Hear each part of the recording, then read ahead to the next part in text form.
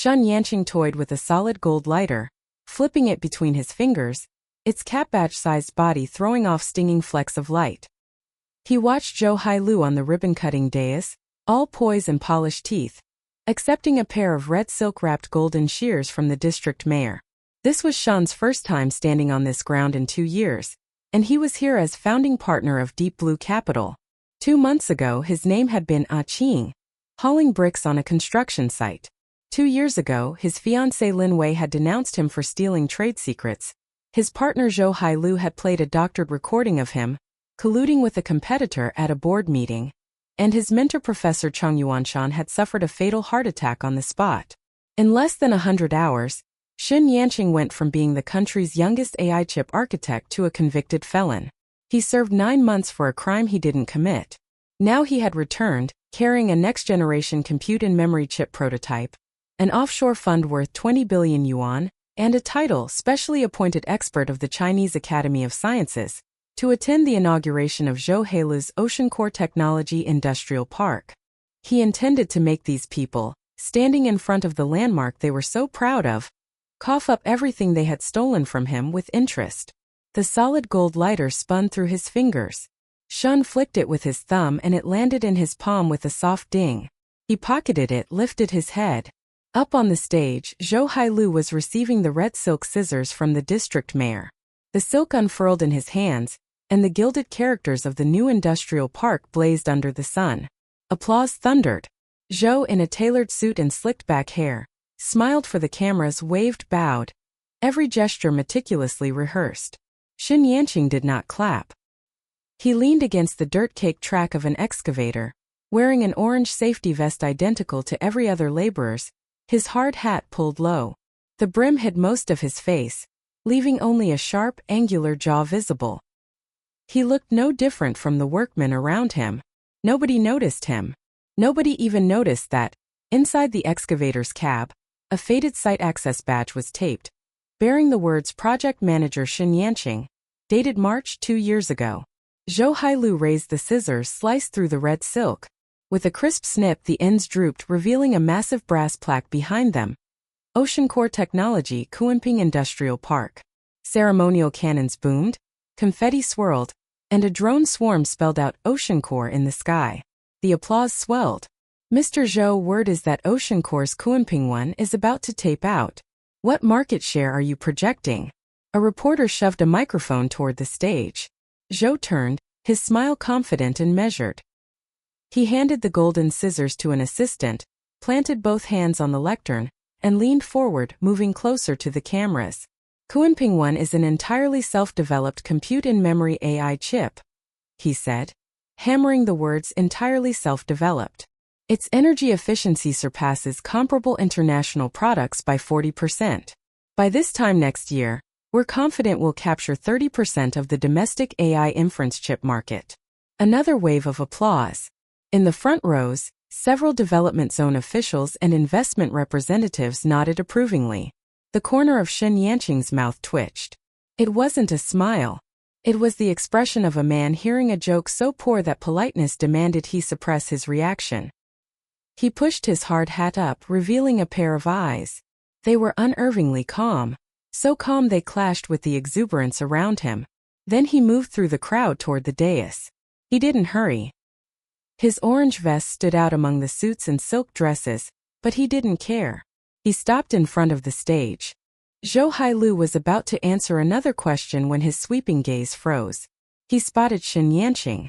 Less than 10 meters away, past the crush of heads and the glare of sunlight, he saw that half-shadowed face and those impossibly calm eyes. The hand holding the microphone trembled, just for an instant, but his smile visibly died on his lips. Shun took off his hard hat, revealing a face with chiseled lines. 2 years ago he had been the tech world's certified genius architect, brimming with confidence and fire. Now he was leaner, his cheekbones sharper, his jaw thinner. Only the eyes hadn't changed, sharp, resolute, like a blade that had been quenched in oil and flame. A ribbon cutting, he said. His voice wasn't loud, yet it cut clean through the noise. Quite a party. Thought I'd join the fun. Zhou Hailu recovered his composure fast. He recognized Shun Yanqing but had no intention of engaging. He was a man who had navigated plenty of big scenes and knew how to handle uninvited trouble. He glanced at the security guards beside the stage. Two men in black suits immediately understood and strode toward Shun. "Sir, please show your guest pass." One of them blocked his path. Shin ignored him.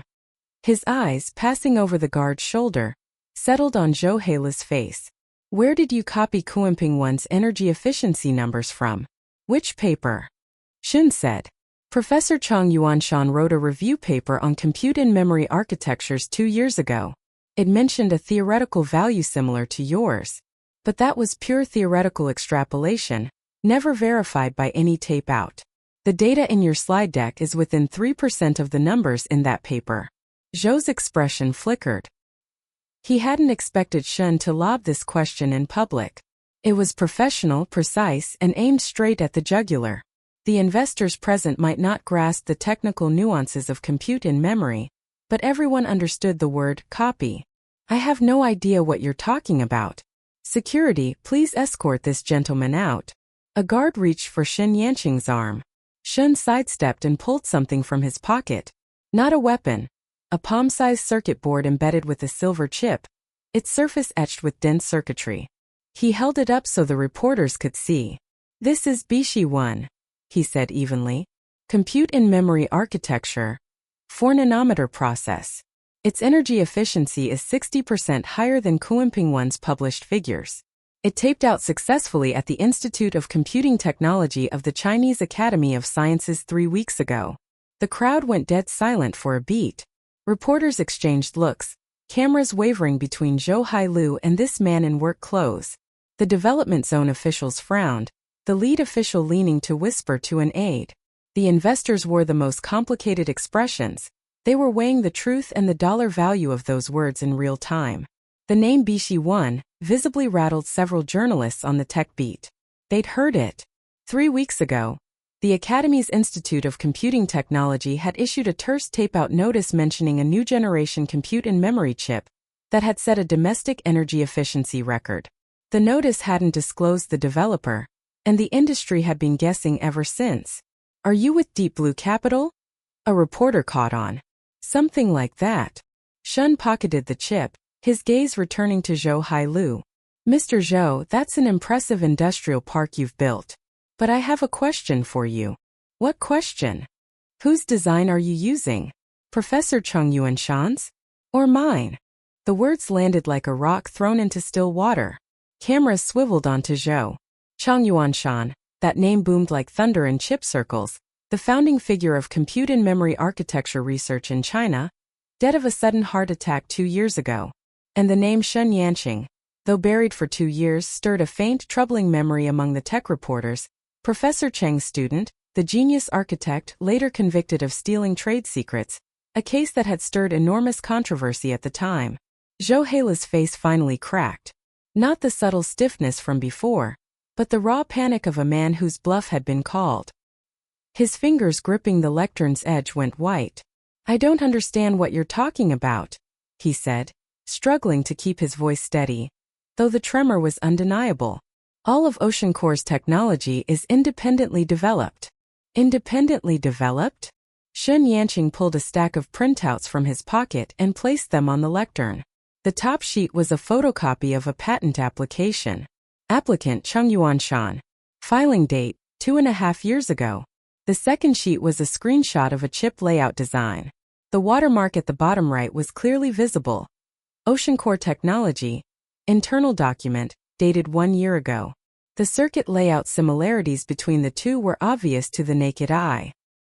Here's Professor Cheng's patent application. And here's OceanCore's internal design file from a year ago. You can compare them yourselves. Shun spread the papers across the lectern, pressing them flat with his palm. His movements were unhurried, like a man unfolding a verdict whose ending had already been written. The crowd erupted. Reporters surged forward, cameras thrusting at the lectern, capturing the documents in a frenzy. The development zone officials stood up, their faces dark.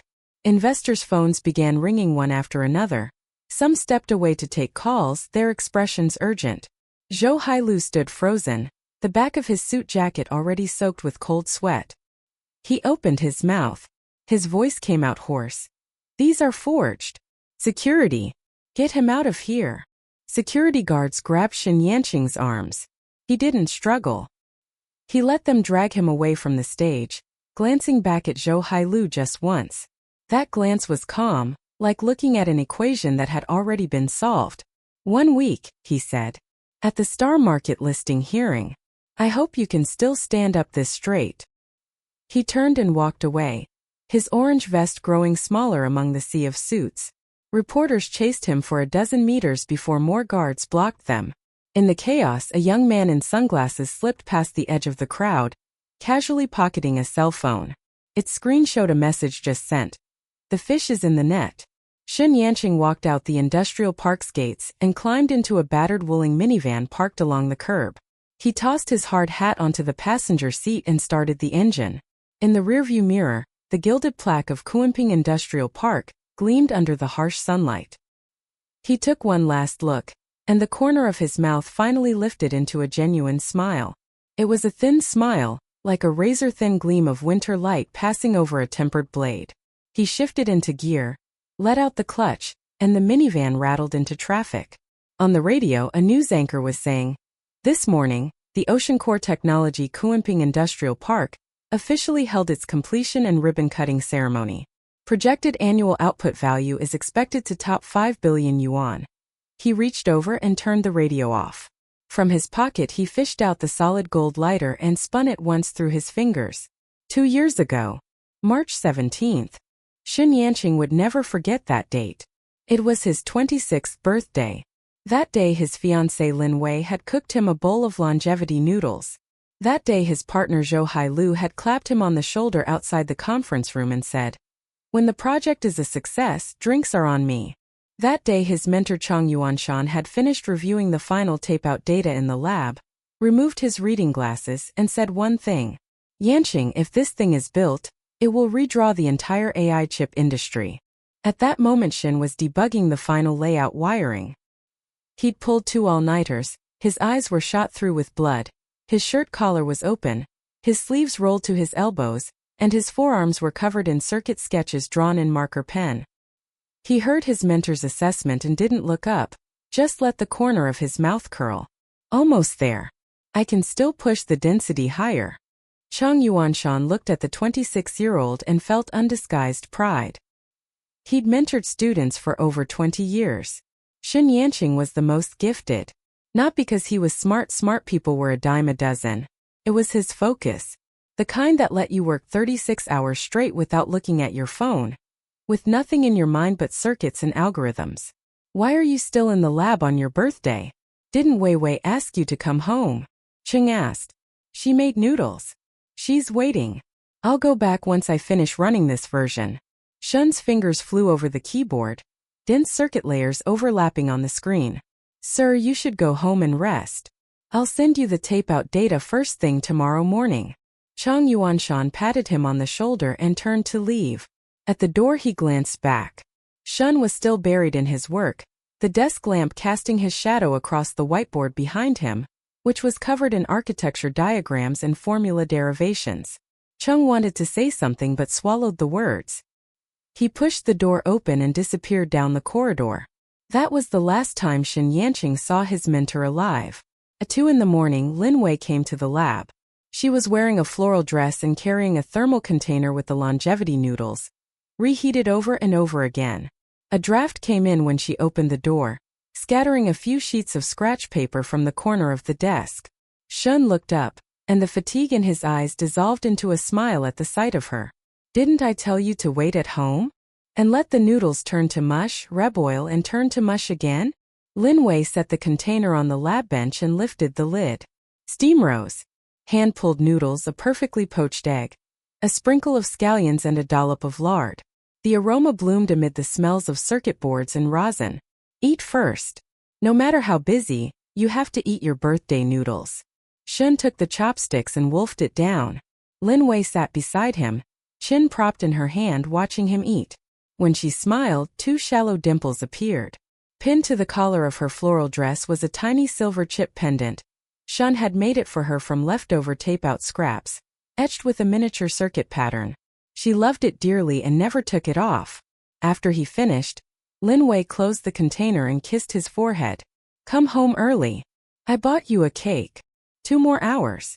The last round of timing optimization. He held her hand, his thumb brushing lightly over her knuckles. Her hand was cool. The lab's air conditioning was set low. Be careful on your way home. Lin Wei smiled and nodded. She walked out of the lab, pulling the door gently shut. In the hallway, the motion sensor lights had gone off. She walked in her soft-soled shoes, and the lights didn't come back on. Xin Yanqing kept working. He ran the last simulation of the timing optimization, exported the data to the shared server, then pulled a backup portable hard drive from the pen holder and manually copied the core data. It was a habit Chang Yuanshan had drilled into him. Never rely on just one backup. By 4:30 in the morning, he was utterly exhausted. He went to the water dispenser, poured himself a cup, drank a couple of mouthfuls and sat back down. He wanted to push through just a little longer and send out the layout, but his eyelids were getting heavier and heavier. The code on the screen began to blur. He folded his arms on the lab bench, intending to close his eyes for just 5 minutes.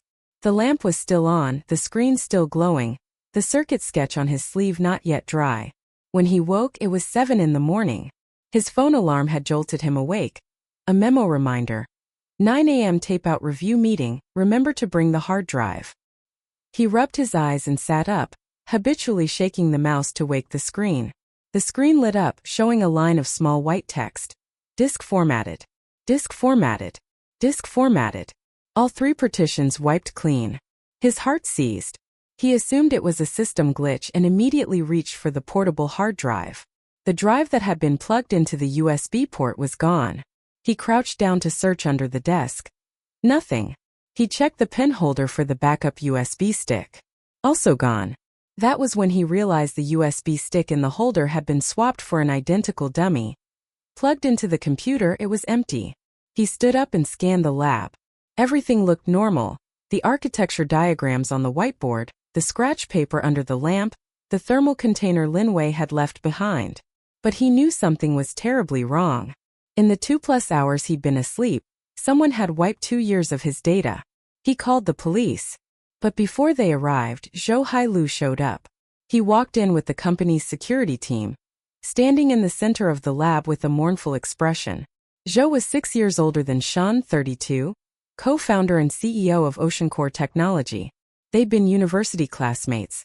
Zhou studied for an MBA, Shen for microelectronics. After graduation, Zhou handled markets and fundraising while Shen took care of technology and product. To investors, they were a match made in heaven. Yanqing, Zhou began, his voice heavy with rehearsed sorrow. Did you send the core architecture layout to Ruifeng Semiconductor last night? Xin Yanqing was stunned for a full 5 seconds. Ruifeng Semiconductor was an offshore company backed by a Southeast Asian consortium. 6 months earlier, they'd approached Shen through a headhunter with a ridiculous offer to poach him. He'd turned them down flat without even replying to the email. What are you talking about? Ruifeng? My data was stolen. Your data was stolen? Zhou held up his phone. The screen showed a screenshot of an email. Sender. Shen Yanqing's corporate email. Recipient. An English name and a Southeast Asian domain. Body, a single line. Regarding the cooperation we discussed, attached is an architecture overview. Specifics to be discussed in person. The attachment showed as sent, file size 2.7 gigabytes. Timestamp 5:20 a.m. Shen stared at the email, his mind going white with noise. He had never written that email. He had never met that recipient. I didn't send this email, he said, his voice dry. Let me check the sending IP. Someone from the security team said, opening a laptop and typing a few commands. Mr. Shen, the sending IP of this email is traced to your phone. GPS data shows your phone was at the lab between 5:17 and 5:23 a.m. The sending device model also matches your phone. Shen reached into his pocket for his phone. It was there. But the phone case felt wrong. He preferred the feel of a bare phone. He never used a case. Yet now his phone was wrapped in a dark blue silicone case that looked identical to his but had a tiny scratch. His phone had been swapped. He pressed the fingerprint sensor. Nothing. Again. Still nothing. Someone had replaced his real phone with a dummy, and the real device had been used to send that damning email. My phone was swapped. This isn't my phone. Yanqing, Zhou Hailu sighed. We've contacted Ruifeng's people. They confirmed they received your architecture schematics and have already paid the first technology licensing fee. The money went to your bank account. What account? Your personal bank account. At 7:12 this morning, a transfer of 3 million yuan was deposited. The sender is a Cayman Islands registered company under the same controlling entity as Ruifeng Semiconductor. Would you like to check it yourself? Xin Yanqing stood there. The desk lamp was still on, its light falling on the empty bowl, the scallions at the bottom now dried. He began to understand what was happening. Every link had been designed, the phone swapped, the email sent, the data wiped, the transfer arranged. All evidence pointed squarely at him. This wasn't a crime of opportunity. It was a long-planned ambush. Where's Lin Wei? He suddenly asked, a question no one expected. Lin Wei. Zhou raised an eyebrow, his expression flickering in a subtle way. I don't know what you're talking about. She was here in the lab last night. She can testify that after eating the noodles I kept working on the data. Mr. Shun, the security man interrupted, his tone calm. The surveillance system suffered a malfunction last night between 2 a.m. and 6 a.m. The footage for that entire window is missing. We're therefore unable to confirm whether anyone entered or left the lab. A surveillance malfunction. When Xin Yanqing heard those 4 words, the last sliver of hope in his heart died. The security system was a project Zhou Hailu personally oversaw. All CCTV maintenance permissions were in his hands. You planned all of this, Xin said. His voice was eerily steady now. He'd stopped shouting, stopped explaining. He just looked straight at Zhou Hailu. Zhou Hailu, I was the one who taught you how to run circuit simulations. I spent an entire night explaining the compute-in-memory concept to you. And now you're using my own work to frame me. Zhou avoided his eyes, turning to wave at the security team. Secure the scene. Wait for the police. Pending the investigation, Shun is suspended, and all lab equipment is to be sealed. Then he left. His leather shoes echoed down the corridor, each step landing like a stomp on Shun Yanqing's chest. Shun watched his back disappear through the door. His fists clenched so hard his nails cut into his palms, drawing blood. The police came. Investigation, evidence gathering, statements. Every piece of physical evidence pointed at him. The IP location of the email, the bank transfer records, even server logs showing his deletion of shared files. All timestamps aligned. No one could prove he'd been asleep the whole time. No one could prove his phone had been swapped. No one could prove he hadn't sent that email himself. The only one who refused to believe it was Chang Yuanshan. The professor arrived at the company just as the police were preparing to take Shen away. He'd come by taxi, still wearing his lab coat over a shirt buttoned wrong. He pushed past security and burst into the office, clutching a stack of printouts. This email was not sent by Yanqing. He slapped the papers onto the desk, his voice trembling. I've taught him for 6 years. I know his English writing habits inside out. This email's grammar is off. Yanqing never makes subject-verb agreement errors in English, and the very first line has a basic grammar mistake. And he never signs with his full name, only his initials, QY. This email is signed Qingyanshan in full. That's not him. Professor Chang, Zhou Hailu said, his tone polite but his eyes cold. Please understand. This isn't the time for a grammar debate. The evidence is fairly clear. Evidence? What evidence? An email with obvious inconsistencies is evidence. Chang turned to the officers, his voice urgent. Officers, I have the original experimental records, stored on his offline server at home. That server is not connected to the internet. It couldn't have been remotely breached. It can prove the original ownership of the data. Professor Chang, the security head cut in, we've assisted the police with a preliminary search of Mr. Shan's residence. The hard drive from his home server has been physically removed. There were no signs of forced entry. Our initial assessment is that a key was used. A key was used. Xin Yanqing heard those 4 words and shut his eyes. Only 2 people had keys to his place, himself and Lin Wei. He thought of her kiss on his forehead the night before, the cool temperature of her palm, her words, "Come home early. I bought you a cake." He said nothing more. Chang Yuanshan tried to keep arguing, but his body suddenly swayed. His hand clutched his chest, his face draining to a ghastly purple in an instant.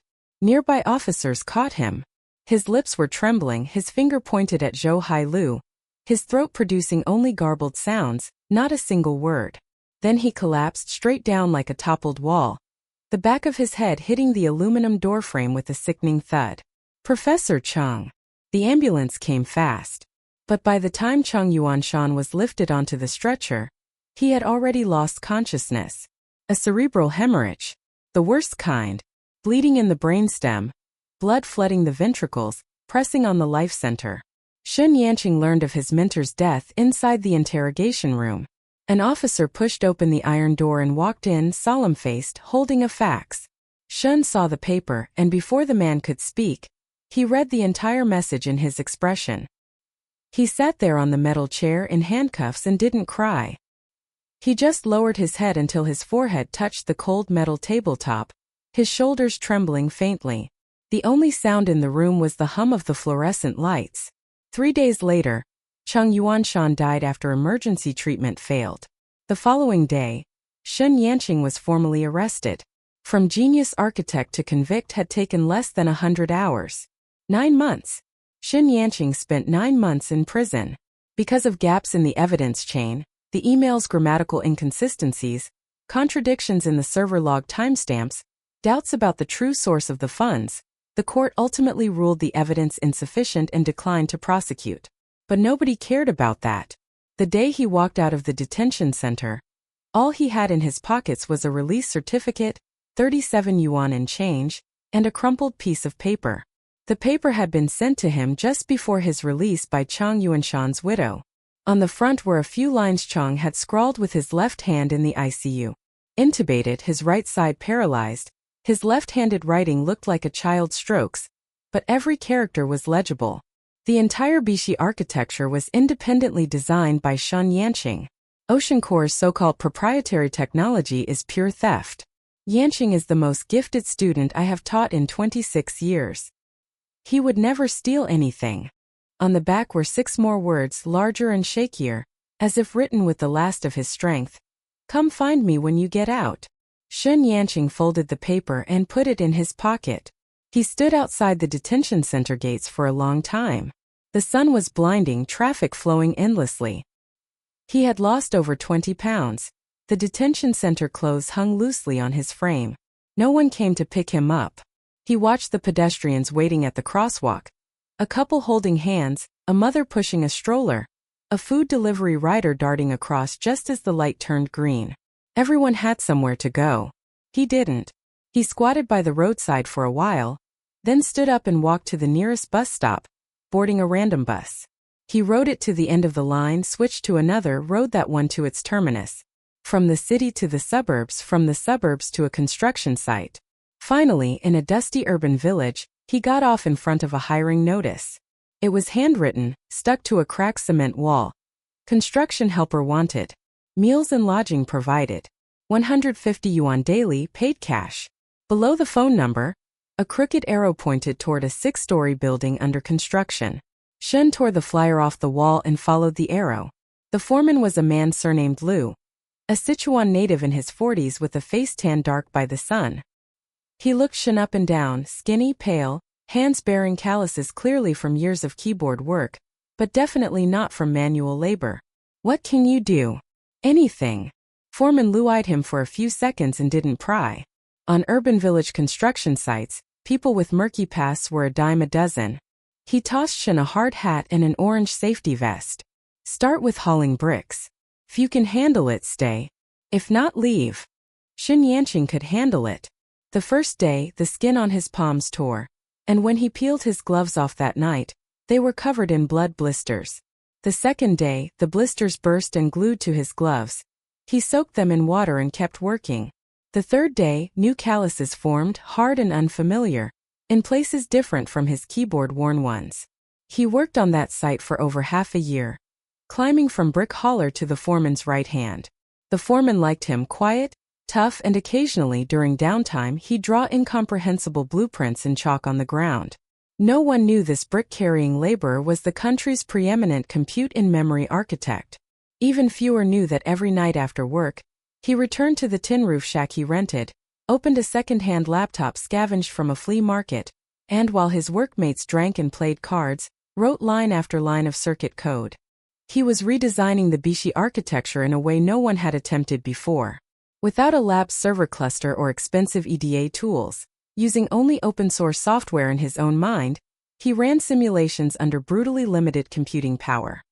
His efficiency was at least 5 times slower than when he'd had top-tier resources, but the code he wrote was more refined, more elegant, and far harder to reverse engineer than what he'd produced 2 years earlier. Because he rewrote it after tempering it with his own flesh and blood. Behind every optimization of every logic gate was a lone all-nighter in that tin shack. Half a year later, the initial framework was complete.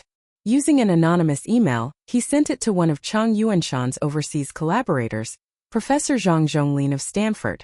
Zhang was a former Berkeley classmate of Chang's, a titan in compute and memory, and a globally recognized technology visionary. He and Chang had been close friends for 40 years. When news of Chang's death reached him, he sat in his office without speaking for an entire day. Xin Yanqing's email contained only 3 lines. Dear Professor Zhang, attached is the complete design of the Bishi architecture, guided by Professor Chang Yuanshan during his lifetime. The original architect is Professor Chang's team. Please review. If you find it valuable, I hope you can help push for tape out. The signature read, a student of Professor Chang. He deliberately omitted his own name. The name Xin Yanqing had already been nailed to the pillory in the chip world. Industry bulletins listed him as a person dismissed for stealing trade secrets, and no legitimate enterprise or research institution would touch him. Zhang Zhonglin downloaded the attachment that very night.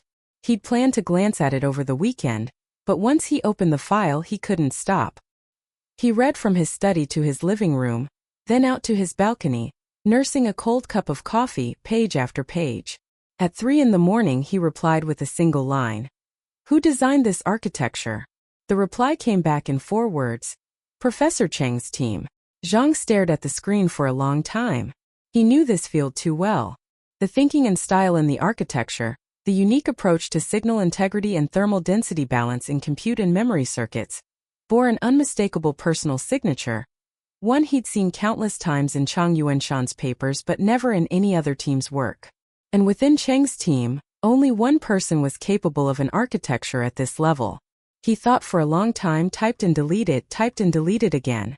Finally, he simply asked, how much tape-out funding do you need? What verification environment can you provide? The collaboration began. Zhang coordinated tape-out resources at the Stanford Nano Center and, on the side, connected Xin with several family offices in Silicon Valley that focused on deep tech investments. Xin completed all the back-end design and tape-out prep remotely from his shack on the construction site. He had turned a corner of the shack into a crude workstation, an old desk, a second-hand monitor, a self-assembled server with a heat sink cobbled together from scrap metal. In summer the tin shack hit over 40 degrees Celsius. He worked shirtless, his back covered in heat rash, but his fingers on the keyboard never wavered. The tape-out took only 7 months. The prototype test results exceeded everyone's most optimistic projections. Energy efficiency was 60% better than the world's most advanced comparable product. Die area was a third smaller. Latency was cut in half. After Zhang Zhonglin signed off on the test report, he made a long-distance call. On that call, the 65-year-old professor was silent for a long moment, then said, if your teacher were still alive, he would weep. Word of the successful tape-out spread quietly through the Stanford Nano Center's channels. Within half a month, 3 top Silicon Valley VC firms and 2 Asian sovereign wealth funds proactively sought out this mysterious Chinese team, wanting to invest. Xin Yanqing didn't show his face. All external liaison was handled by Zhang Zhonglin and an old friend of his in Hong Kong, a retired investment banker named Fang Zhongwen. Fang was Zhang's middle school classmate, also an old friend of Chang Yuanshan's, and had spent 30 years in Hong Kong investment banking. He helped Shen set up a legal structure for a private equity fund, domiciled in the Cayman Islands, routed through a licensed asset management company in Hong Kong as investment advisor, and ultimately penetrating back into the mainland via a newly registered limited liability company. The whole structure employed 4 layers of equity penetration and nominee arrangements, each layer insulated by different shell companies and trusts. Even the world's best due diligence team couldn't trace the ultimate beneficial owner. Xin Yanqing named it Deep Blue Capital. Deep Blue was a term from computer science, the color of IBM's Deep Blue computer when it first defeated a human world chess champion. He said it meant computing power is justice. Fang Zhongwen didn't really understand chips, but he understood people. He'd met Xin Yanqing 3 times, first at a claypot kanji joint near a Guangzhou construction site, Xin in work clothes with cement dust under his nails, second at the Peninsula Hotel in Hong Kong, on a video call with Silicon Valley investors, Sean wearing a borrowed suit and discussing chip architecture and process technology in fluent English, third in Shenzhen, where Sean spent 15 minutes at a negotiation table and convinced a hesitant Middle Eastern sovereign fund principal to increase his investment. "You are the least startup-like startup founder I've ever met," Fang once said. "I'm not one," Xin replied, setting down his tea. "I just want to finish my teacher's work." A year and a half later, Deep Blue Capital's assets under management surpassed 20 billion Hong Kong dollars. The portfolio contained not only the Bishi project but also 17 other semiconductor and AI infrastructure companies at home and abroad, spanning the entire supply chain. Meanwhile, the tape-out verification of Bishi 1 was fully completed.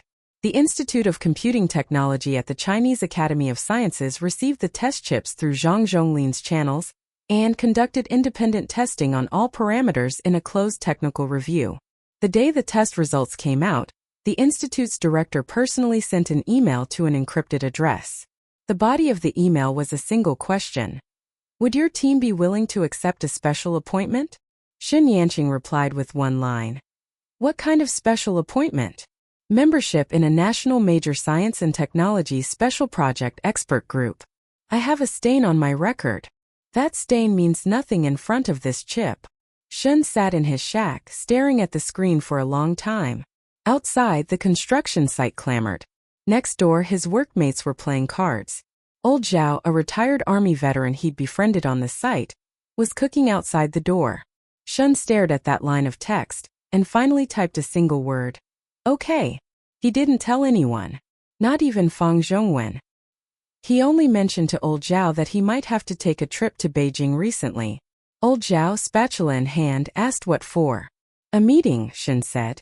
Old Zhao didn't press. He just scooped some twice-cooked pork into Shun's bowl and said, "Bring an extra layer. Beijing's cold." After that, life continued as before. Xin Yanqing worked the construction site by day, wrote code by night, and occasionally discussed OceanCore's short position layout with Chen Jingxing, Deep Blue Capital's hedge fund partner, over encrypted channels. Chen was someone Fang Zhongwen had recommended, 35, former head of derivatives trading at Goldman Sachs Asia, expert in short selling with a ferocious style. His calls with Shun were infrequent but hyper-efficient, like 2 precision instruments exchanging data. OceanCore files for the star market next month. Sponsor bank is locked in. Roadshow kicks off next week. Chen Jingxing's voice came through the encrypted line. What's their expected valuation? Based on their issuance plan, post-listing market cap around 30 billion. Could go higher if roadshow feedback is strong. You know Zhou Heilu's style better than me. His PowerPoints have always been prettier than yours. When do we move? On listing day. I've been building the short position for 2 months through OTC derivatives and securities lending. The scale is sufficient. I just need your signal. Xin Yanqing was quiet for a moment. He sat in the tin shack, 3 screens in front of him displaying OceanCore's stock price models, capital flow monitors, and Zhou Heilu's social media feed. Zhou had just posted a new update. 3-day countdown to the Kuanping Industrial Park ribbon cutting, with a photo of himself standing on the construction site, arms spread wide, back to the camera. The caption, "Boundless sky, wide seas. The signal will come when you least expect it," Xin said. Chen Jingxing laughed. He'd been working with this mysterious Mr. Qingtan for over a year and had never managed to figure him out.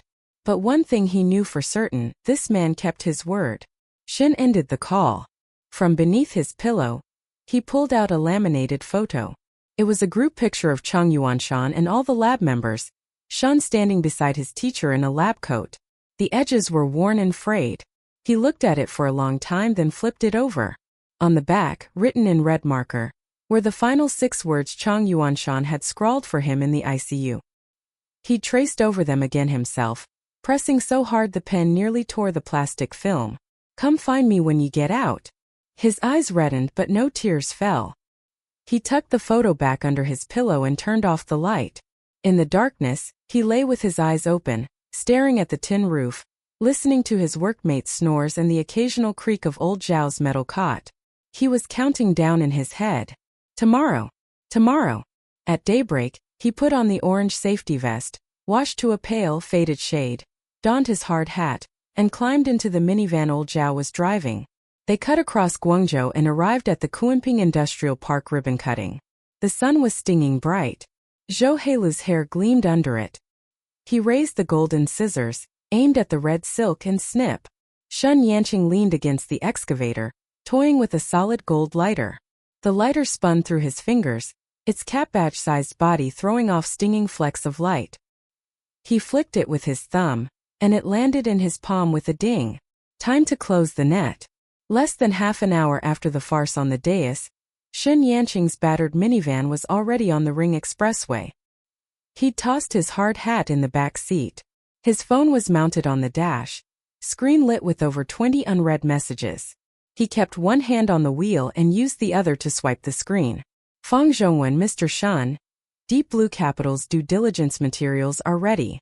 Ocean Core's sponsor bank has requested a call this afternoon. They want to know why Deep Blue has applied to be a cornerstone investor in Ocean Core's IPO. I told them you're strategically laying out the semiconductor supply chain. Didn't say anything else. Chan Jingxing. Short position is fully loaded. I'll be on the trading floor on Ocean Core's listing day. The hammer drops on your signal. There was also a text from an unknown number. For words. Good luck with the ribbon cutting. Followed by a sunglasses emoji. Shen noted the area code Hong Kong. He flipped the phone face down on the dash, a flicker crossing his mouth.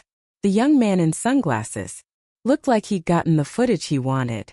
The minivan exited the highway and plunged into a narrow alley on the edge of Baiyun District. The lanes were lined with old handshake buildings from the 70s and 80s, their walls crawling with air conditioner units and laundry poles. At the mouth of the alley sat a hardware shop, rusted steel pipes and bundles of electrical wire piled out front. Further in, a nondescript iron gate stood half open, a faded sign above it, Changsheng Metalworks. This was the foothold Fang Zhongwen had arranged for Shen. The hardware plant was a shell business Deep Blue Capital had acquired through 3 layers of nominees, ostensibly producing construction fasteners. In reality, a warehouse in the back had been converted into Deep Blue's mainland liaison point. It wasn't large, but it had independent power, 3 dedicated fiber optic lines, and a set of standalone servers. On the wall hung a piece of calligraphy in Chang Yuanshan's own hand. Making chips is like making character. Fang Zhongwen had begged it from Cheng's widow. Shen pulled the minivan into the yard and killed the engine. The motor gave a few aging coughs before falling quiet. He pushed the door open. The smell of rust and machine oil hit him. The yard was stacked with crates of fasteners and steel pipes. In one corner, an old punch press clanked rhythmically. Working it was a man in his 50s, lean and wiry, wearing a faded camouflage t-shirt, with a slight limp in his right leg. Old Zhao. Full name Zhao Desheng, a Hunan native retired army driver. He'd spent 20 years on construction sites, working his way up from bricklayer to foreman, having run hundreds of crews. 6 months ago he'd spotted Shen Yanqing hauling bricks on a different site and immediately sensed something was off about this young man. The calluses were in the wrong places, the vocabulary was wrong, and the things he occasionally drew in chalk on the ground were flat out incomprehensible. He hadn't pried. He'd simply spoken up for Shen when a crooked contractor cheated him out of his pay, and the two had become friends. When Shen later moved to the metalworks, old Zhao followed without a word. Brother Zhao, the die on the punch press needs changing, Shen said, shutting the car door and walking over. Old Zhao looked up and wiped his face with the towel draped around his neck. I know. It'll hold a couple more days. He studied Shun's expression. How was the ribbon cutting? Zhou Heile's face looked darker than your punch press die. Old Zhao barked a laugh, flashing a nicotine-stained canine. He shut off the press and dug a crumpled pack of Red Double Happiness from his pocket, pulling out a cigarette and dangling it unlit from his lips. The light upstairs has been on all morning. Those instruments of yours have been buzzing non-stop. Something stirring. Shun nodded, heading toward the warehouse. After a few steps he turned back. Brother Zhao, let's add a dish tonight. Buy a fish. Old Zhao took the cigarette from his mouth and watched Shun's back.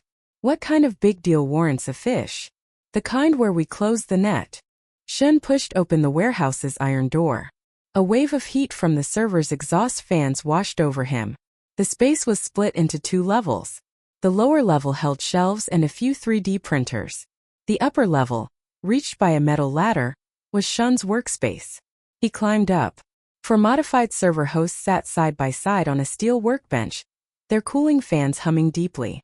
3 curved monitors displayed different interfaces. Real-time public opinion monitoring on Ocean Core, Chen Jingxing's short position dashboard, and an encrypted comms channel linked to Deep Blue Capital's Hong Kong office. He sat down, flexed his fingers and began to type. The interfaces on the screens flew through rapid shifts, strings of code and data pouring from his fingertips. First he checked Ocean Core's internal email system. The back door he planted a month ago was still running. Their IT department hadn't detected a thing. Zhou Heile's devotion to security stopped at his PowerPoint slides. In the inbox was an internal memo just sent out. Sender Zhou Heile. Recipients: all senior management. Subject: emergency PR protocol regarding today's ribbon-cutting incident. The body was short. It instructed everyone to maintain a unified external message, deny all questions about the technology's source, and characterize Shen Yanqing as a disgruntled former employee, seeking revenge over a severance dispute. Shen finished reading, his face blank. He forwarded the email to Fang Zhongwen with the note, "Save this. Future courtroom evidence." Then he pulled up Lin Wei's social media. Her account was set to friends only, but that was no barrier to Shen. Her latest update was from 3 days ago, geotagged at the Kunping Industrial Park's Investment Promotion Center. In the photo she stood beside Zhou Heile in a sharply tailored white pantsuit, holding a champagne flute, smiling radiantly. The caption: Kunping rises with the wind in a single day. The comments were a flood of praise, some calling her Director Lin, others gushing that she looked more and more like a female business magnate. Shun stared at the photo for a few seconds. On Lin Wei's ring finger was a diamond ring. Not the silver chip pendant he'd made for her from scrap wafers. A genuine 3-carat diamond. He closed the page. There was no anger. He'd stored that emotion in the same deep place where he'd buried it 2 years ago in the interrogation room. That place was so deep it would never churn up again to cloud his judgment. He opened the encrypted channel. Fang Zhongwen's avatar was bouncing. Mr. Shun, Ocean Core sponsor bank just confirmed the roadshow schedule.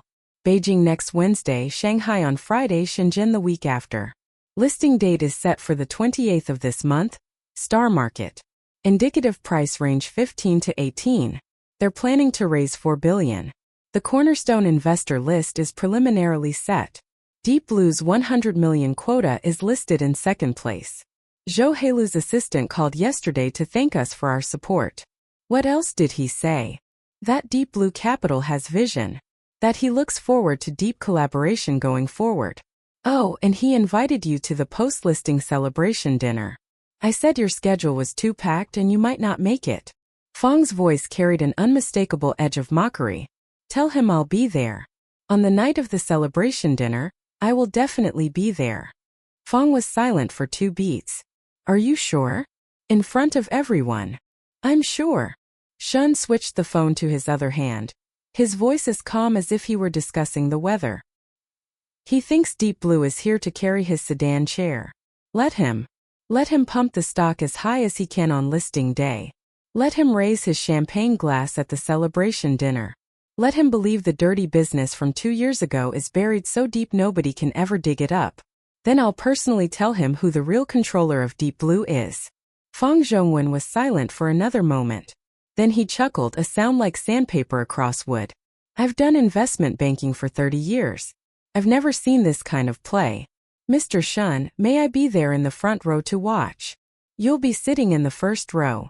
Shun hung up and sat at the workstation for a while. Outside, the punch press had stopped. Old Zhao was calling out that dinner was ready. The sound of a pressure cooker hissing through the door cracks. Shun stood, stretched his sore neck, and climbed down the ladder. In the yard, Old Zhao had set up a folding table with 2 dishes and a pot of rice, stir-fried water spinach with garlic, and a red braised crucian carp. The fish live, just killed and cooked, the sauce thick and rich. Old Zhao piled a huge bowl of rice for him, crowning it with the fattest piece of fish belly. Eat up. That brain work of yours is more tiring than my muscle work. Old Zhao poured himself a cup of cheap baijiu and set another in front of Shun. Come on, have a drink. To celebrate. Celebrate what? Celebrate you finally making your move after waiting so long. Shun raised his cup and clinked it against Old Zhao's. The fiery liquor slid down his throat, warming his stomach. He lowered his head and ate his fish while Old Zhao prattled on about haggling at the wet market today. On the wall next door, a yellow cat sprawled, lazily flicking its tail. The sun sank through the gaps between the handshake buildings and the sky darkened. A single dim bulb lit up in the metalworks yard, moths fluttering against its glass. After dinner, Shun helped Old Zhao clear the bowls, then walked back up to the warehouse loft. He had one more thing to do tonight. He opened an encrypted folder named Evidence Chain. Inside were all the materials he'd collected over 2 years, meticulously categorized, the timeline complete. Category 1. Evidence of Lin Wei's involvement in the data theft.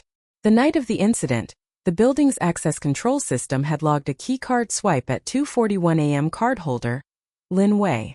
Although the surveillance footage had been deleted afterward, the door system's independent log was immutable. It showed her entering the floor where the lab was located. Duration of access, 37 minutes. Perfectly matching the time needed to copy all the core data.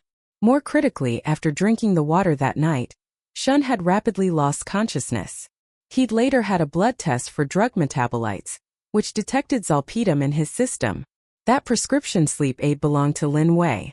Her pharmacy records at the community clinic showed she'd filled a prescription for it just 3 days before the incident. This evidence had been overlooked by his defense attorney during trial, because no one had thought to look. Category 2. Evidence that Zhou Hailu had bribed the security department to fabricate evidence. The head of security was a man named Tang Ming, 45, a former IT admin whom Zhou had personally hired. 6 months after the incident, Tang had purchased a Seaview villa in Zhuhai with cash. Total price 12 million yuan. On his 20,000 yuan monthly salary, this was impossible. Through cross-referencing bank records, Shun had traced the house payment to a shell company, and the shell company's funds to a technical service fee paid by Ocean Core. At the same time, Shun had recovered Tang's operation logs from the server's lower layers. The timestamp of the deletion command and the originating IP were clearly recorded. Impossible to erase completely even after 3 overwrites. Category 3. Evidence that Zhou Hailu had stolen the Bishi architecture and filed patents on it. The core circuit modules of Ocean Core's Kuanping 1 chip layout were over 95% identical to the final Bishi architecture Shun had stored on the shared server 2 years prior. Professor Chang Yuanshan's original patent application, filed a full 9 months before Ocean Core's patent submission, was the heaviest trump card Shun held. He'd already commissioned Fang Jingyu to produce a patent infringement assessment report. The report ran to 300 pages, and its conclusion was unambiguous. Ocean Core's independently developed patent was a direct copy of the original technology of Chang Yuanshan and Shen Yanqing. Category 4. Professor Cheng Yuanshan's video will. This had been kept by Cheng's widow. 3 days before his death, Chang had briefly regained consciousness in the ICU. He couldn't speak, his right hand was paralyzed, but his left hand could still barely move. A nurse had set up a small table for him, and he'd scrawled the written will. At the same time, his wife had recorded a short video on her phone. Chung, with every ounce of his strength, had spoken a single sentence to the camera. The audio was extremely faint, but the words were clear. The video was only 18 seconds long, but it was more than enough to prove the will's authenticity in court. Shen Yanqing reviewed every document in the folder, confirming that no link in the evidence chain was missing. Then he opened a second folder. Inside were Deep Blue Capital's equity structure charts, the hedge fund's short position details, acquisition moves along OceanCore's supply chain, and a complete analysis of Zhou Heilu's personal finances. Every number was verifiable. Every chess piece had been calculated in advance, along with its countermove. Zhou Heilu thought he was fighting a former employee fresh out of a wrongful conviction. He had no idea who his true opponent was, much less that this opponent was no longer the architect who only knew how to write code 2 years ago. Shun shut down the computer and walked to the warehouse door. Night had fully fallen. The single bulb in the yard drew a swarm of flying insects, their wings fluttering against the hot glass. Old Zhao sat under the light, smoking. The yellow cat dozed on his knee. In the distance, the neon of the urban village flickered. A cell phone shop's loudspeaker blared a sales ad, and the smoke from street-side barbecue stalls drifted up, carrying the smell of cumin and chili. Brother Zhao, have you ever made a decision you knew was right, but once it was done it might change everything? Old Zhao flicked his cigarette butt into the trash can. The cat, startled, gave an indignant meow. You asking that means you've already thought it through. If you've thought it through, do it. Don't hesitate. The only thing I regret in my life isn't what I did wrong. It's the things I hesitated too long to do. He stroked the cat's head. What, afraid you'll go soft at the dinner? It's not about going soft. Shun sat down on the doorstep, hands resting on his knees, watching the blinking lights in the yard. It's the fear that after waiting so long, once I actually make my move, I won't know what to do next. What to do next? Next you take Professor Cheng's medicine. Wait, not medicine, what's it called? Chips. Right, chips. Take Professor Cheng's chips and make them, sell them to the whole world. And after that, Old Zhao waved a hand as if sketching a grand blueprint. Treat me to a damn good meal. Xin Yanqing smiled. It was a light smile, a small tremor in his chest, soundless, but his brows and eyes relaxed. Deal. I'll treat you to beef Wellington. Don't complain later that it's not filling enough. What the hell is beef Wellington? Beef wrapped in puff pastry with foie gras inside. Puff pastry beef? Old Zhao frowned. Isn't that just a beef patty? You city people and your fancy names. He stood up. The yellow cat jumped off his knee, flicking its tail with displeasure. Get some sleep. Tomorrow I'm heading to the hardware market to stock up on supplies. Watch the factory for me. The night lay quiet. The yard light clicked off. Only the distant neon of the urban village kept tirelessly blinking. The yellow cat jumped onto the courtyard wall, its tail drooping and swaying gently. The next morning, Xin Yanqing drove his battered minivan through the old city and into Enning Road in Liwan District. Enning was a century-old street lined with Nanyang-style arcade buildings, their ground floor colonnades mottled and worn. Tucked into a narrow lane was a cha-chantun called Chongqing that had been open for over 30 years. Above the door, 5 handwritten traditional characters in gold on red, their paint peeling. He'd arranged to meet Fang Jingyu here. Fang Jingyu, the youngest partner at Juanqin Law Firm, specialized in intellectual property and commercial crime. In 9 years of practice, she'd only lost 2 cases. One of them because her client had destroyed critical evidence behind her back. The legal world called her Iron Lady because she always wore black skirt suits in court, like a loaded gun. Her evidence bundles were always at least 3 layers deeper than her opponents, and she left no room in cross-examination. Shen had retained her anonymously through Fang Zhongwen. At first, Fang Jingyu hadn't been that interested. She'd fought plenty of pharma patent cases, but a chip patent was a first. However, after reading the evidence inventory Shen had sent, she booked a flight to Guangzhou the same day. Shen walked into the cha-chantun, the beaded curtain clattering. Fang Jingyu was already seated in a back booth. A thick stack of patent files and hand-drawn circuit comparisons spread before her. She wore a charcoal gray skirt suit, thin gold-rimmed glasses framing a pair of eyes that were cool to the point of coldness. When she saw Shen walk in, she gave an almost imperceptible frown. Fang Zhongwen had only told her the client was a Mr. Shen, a student of Professor Cheng, with a batch of core evidence requiring legal help. She'd envisioned an entrepreneur or academic in a suit. The man who walked in wore a dark blue work jacket, the cuffs faded white, grease stains beneath his nails that wouldn't wash out. He looked like a mechanic who just stepped off a factory floor. But when he sat down, her professional instincts caught several details. His shoulders were squared, neither servile nor arrogant. He glanced at the patent files spread before her, his eyes precisely landing on a specific circuit module on the Kunping 1 layout screenshot, holding there for less than a second. Then he looked up at her and waited for her to speak. That was the posture of someone with absolute confidence in what he held. Mr. Shun. Fang Jingyu's tone was even. Shun nodded and sat down opposite her. He set a pair of canvas gloves with worn-out holes on the corner of the table. The gloves were dusted with metal shavings from the punch press.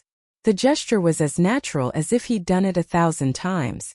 My preliminary analysis, Fang Jingyu said.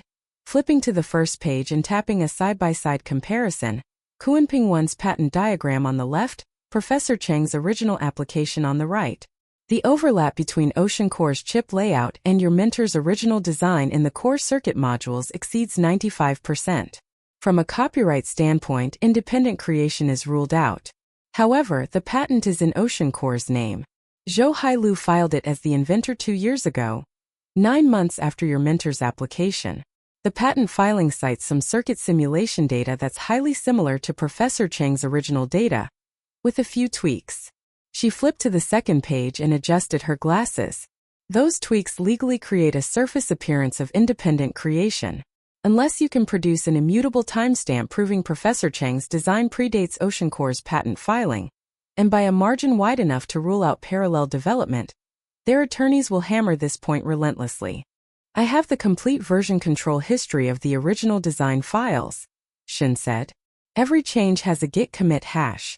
The earliest commit was in January 2 years ago, 10 months before Ocean Core's patent filing. Each commit record has a timestamp and ESID 256 checksum.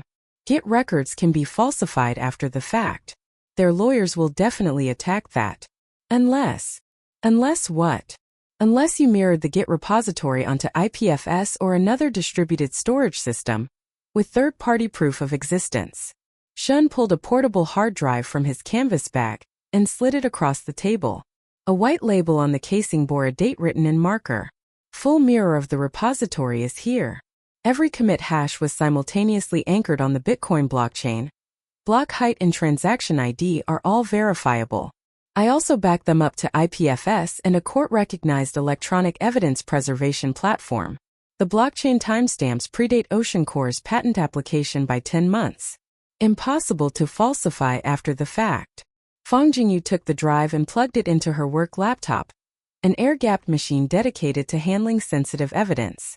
Inside were hundreds of folders arranged by date, from initial architecture design to final tape-out data, every day's work records and version iterations crystal clear. She spent half an hour spot-checking dozens of files' hashes and on-chain timestamps. All matched. No signs of tampering. That'll do. She closed the laptop and leaned back in the booth, hands folded on the table, thumbs lightly tapping, a habitual gesture when she'd reached a conclusion. With these materials I can fight this case. But one thing I want to make clear up front, this lawsuit is no ordinary IP dispute. Zhou Hailu has deep control over Ocean Core, plus he's a key city-backed entrepreneur. His political and business networks are dense. Once the complaint is filed, he'll fight back with every resource, legal, media, and otherwise. I know. The evidence is enough for you to win. But the standard of proof in a criminal case is higher than civil, beyond a reasonable doubt. The video will, the blockchain evidence, the cross-reference bank flows combined, they're enough. But they'll stall. Liang Yongchang is Zhou's lawyer. His style is war of attrition, dragging things out until the other side's funds run dry. This case will take 6 months to a year minimum. Money isn't an issue. Deep Blue Capital will cover all litigation costs. Shin paused. Counselor Fang, I have one condition. What condition? Don't file the complaint until I tell you to. I've waited 2 years, and I'm not waiting for a courtroom victory. I'm waiting to deliver a killing blow.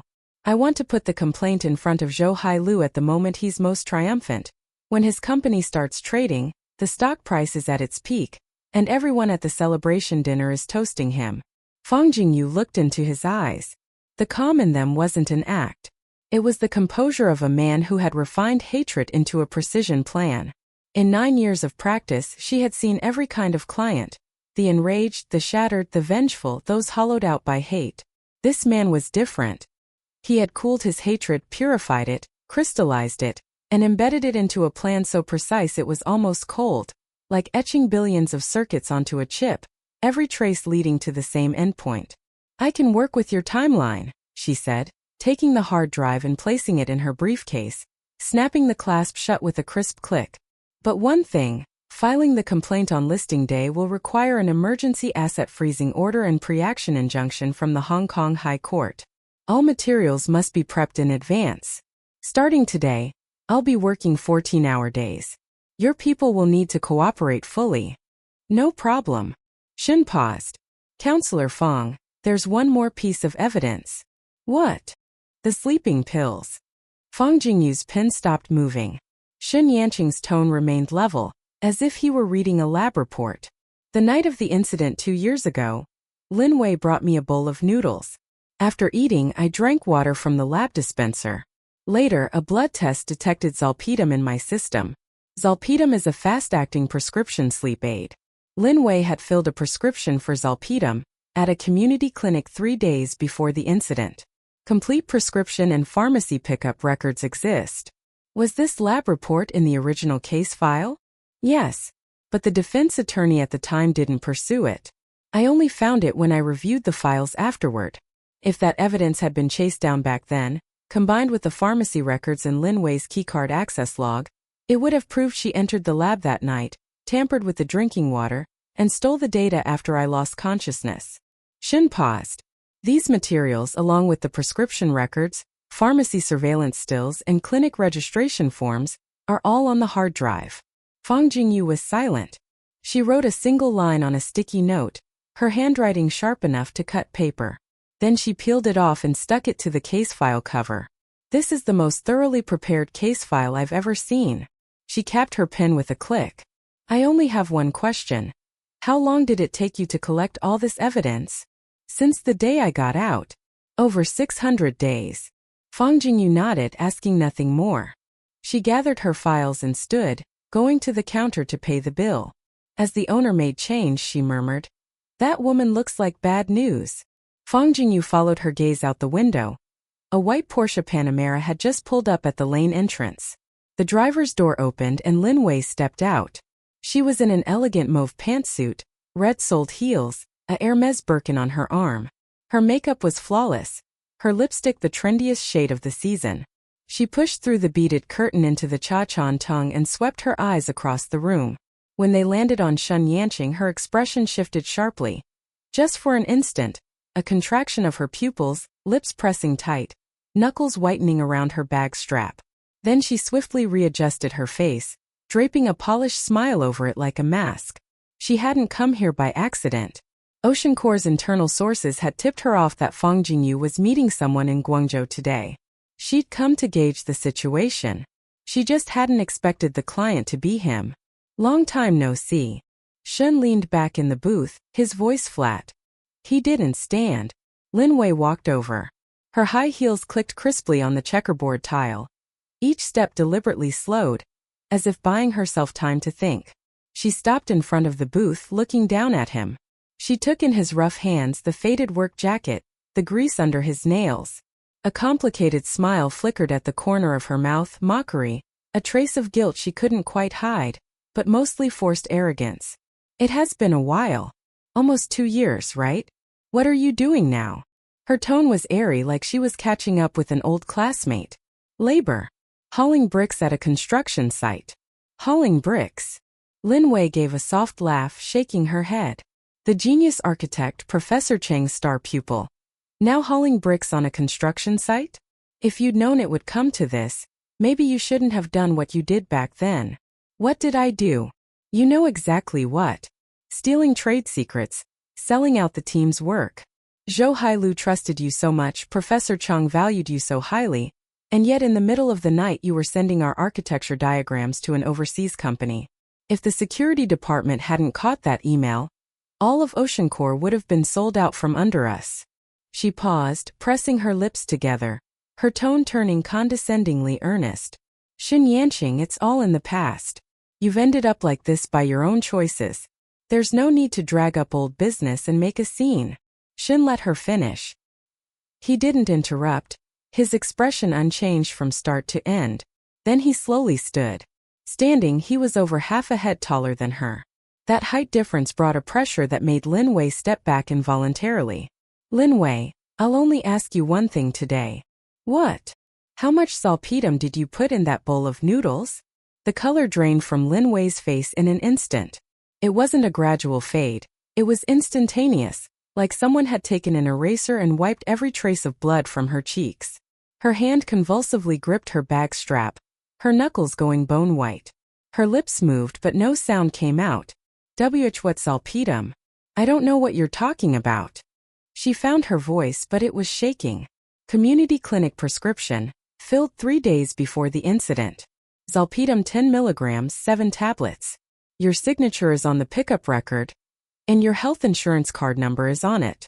Pharmacy surveillance captured you picking it up. Do you want to see it now? Shun pulled his phone from his pocket.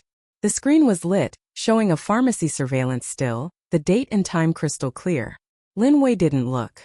She didn't need to. She knew he was telling the truth. Every detail of that night 2 years ago had been sealed in the deepest recess of her memory, like a stone sunk to the bottom of the ocean. She believed the ocean was deep enough that the stone would never surface. But now he stood in front of her and dredged that stone up with a single sentence, dripping wet, still covered in her own fingerprints. You investigated me? Her voice turned shrill, but beneath the shrillness was a terror she couldn't hide. What gives you the right to investigate me? What gives you? Whether I have the right doesn't matter. In court, you won't be answering to me.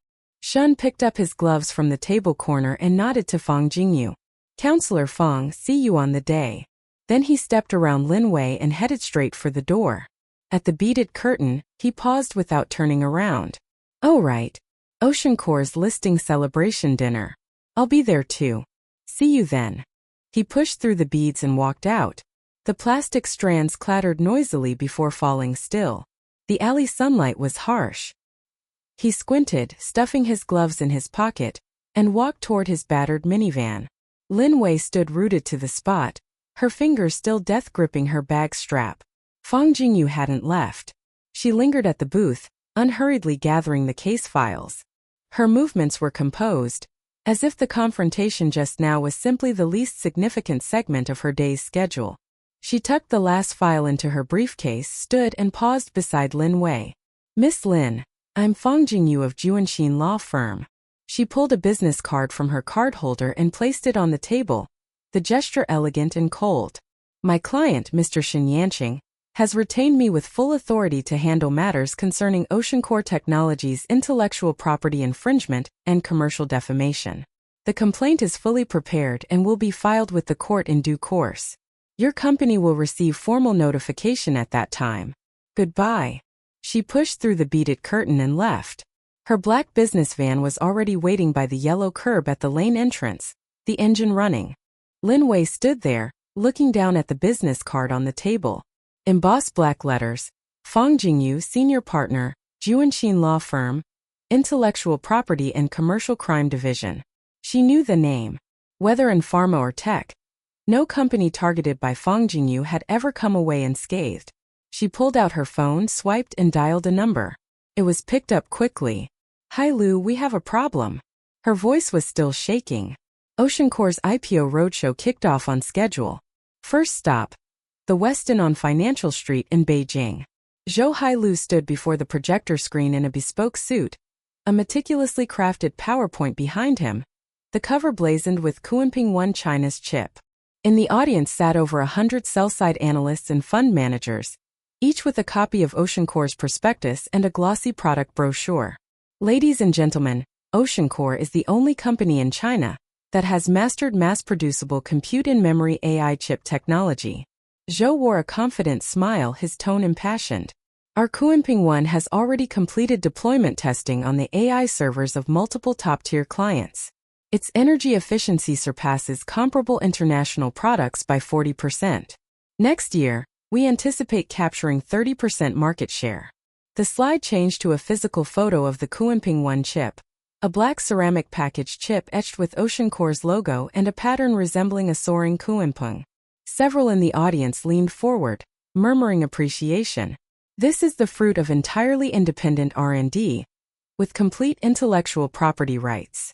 Zhou hammered entirely independent again, his gaze sweeping the room, his tone growing firmer. From architecture design to layout implementation, from tape-out verification to mass production process, every step was done independently by our Chinese team. We relied on no external technology and infringed on no third party's intellectual property. Applause rippled. An analyst in the front row raised a hand. Mr. Zhou, could you tell us about the core architecture team behind Kuenping 1? Specifically, who is the chief architect? The industry is very interested. Zhou's smile didn't crack. Kuenping 1 is the crystallization of OceanCore's entire R&D team. We have a very experienced architecture director leading the team, with over 20 years in the semiconductor industry. He artfully dodged the specific name and pivoted. On mass production, we've already signed an agreement with a leading domestic foundry and expect to begin volume production next quarter. The analyst nodded, jotting a note. No one pressed further. Investors were more concerned with capacity, orders, and profit forecasts.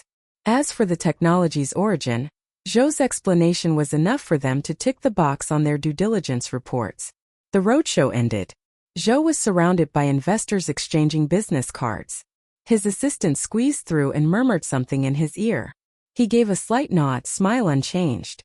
Once the investors had dispersed, he stepped into a corner and lowered his voice. What's the status on Fang Jingyu?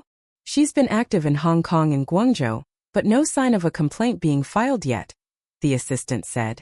PR says the negative chatter online has been contained. That incident at the ribbon cutting only got short pieces in a few minor outlets. We've done a round of SEO suppression. The content is no longer searchable. And Shen Yanqing? Still at that hardware plant in Baiyun. Our guys have been watching for a week. He delivers goods on a tricycle during the day and works late in the factory at night. No sign he's been contacting anyone. Zhou nodded, his expression relaxing a degree. A brick hauler who found himself a lawyer, so what? We hold the patent certificates, a full set of independent IP documentation. What's he going to fight me with?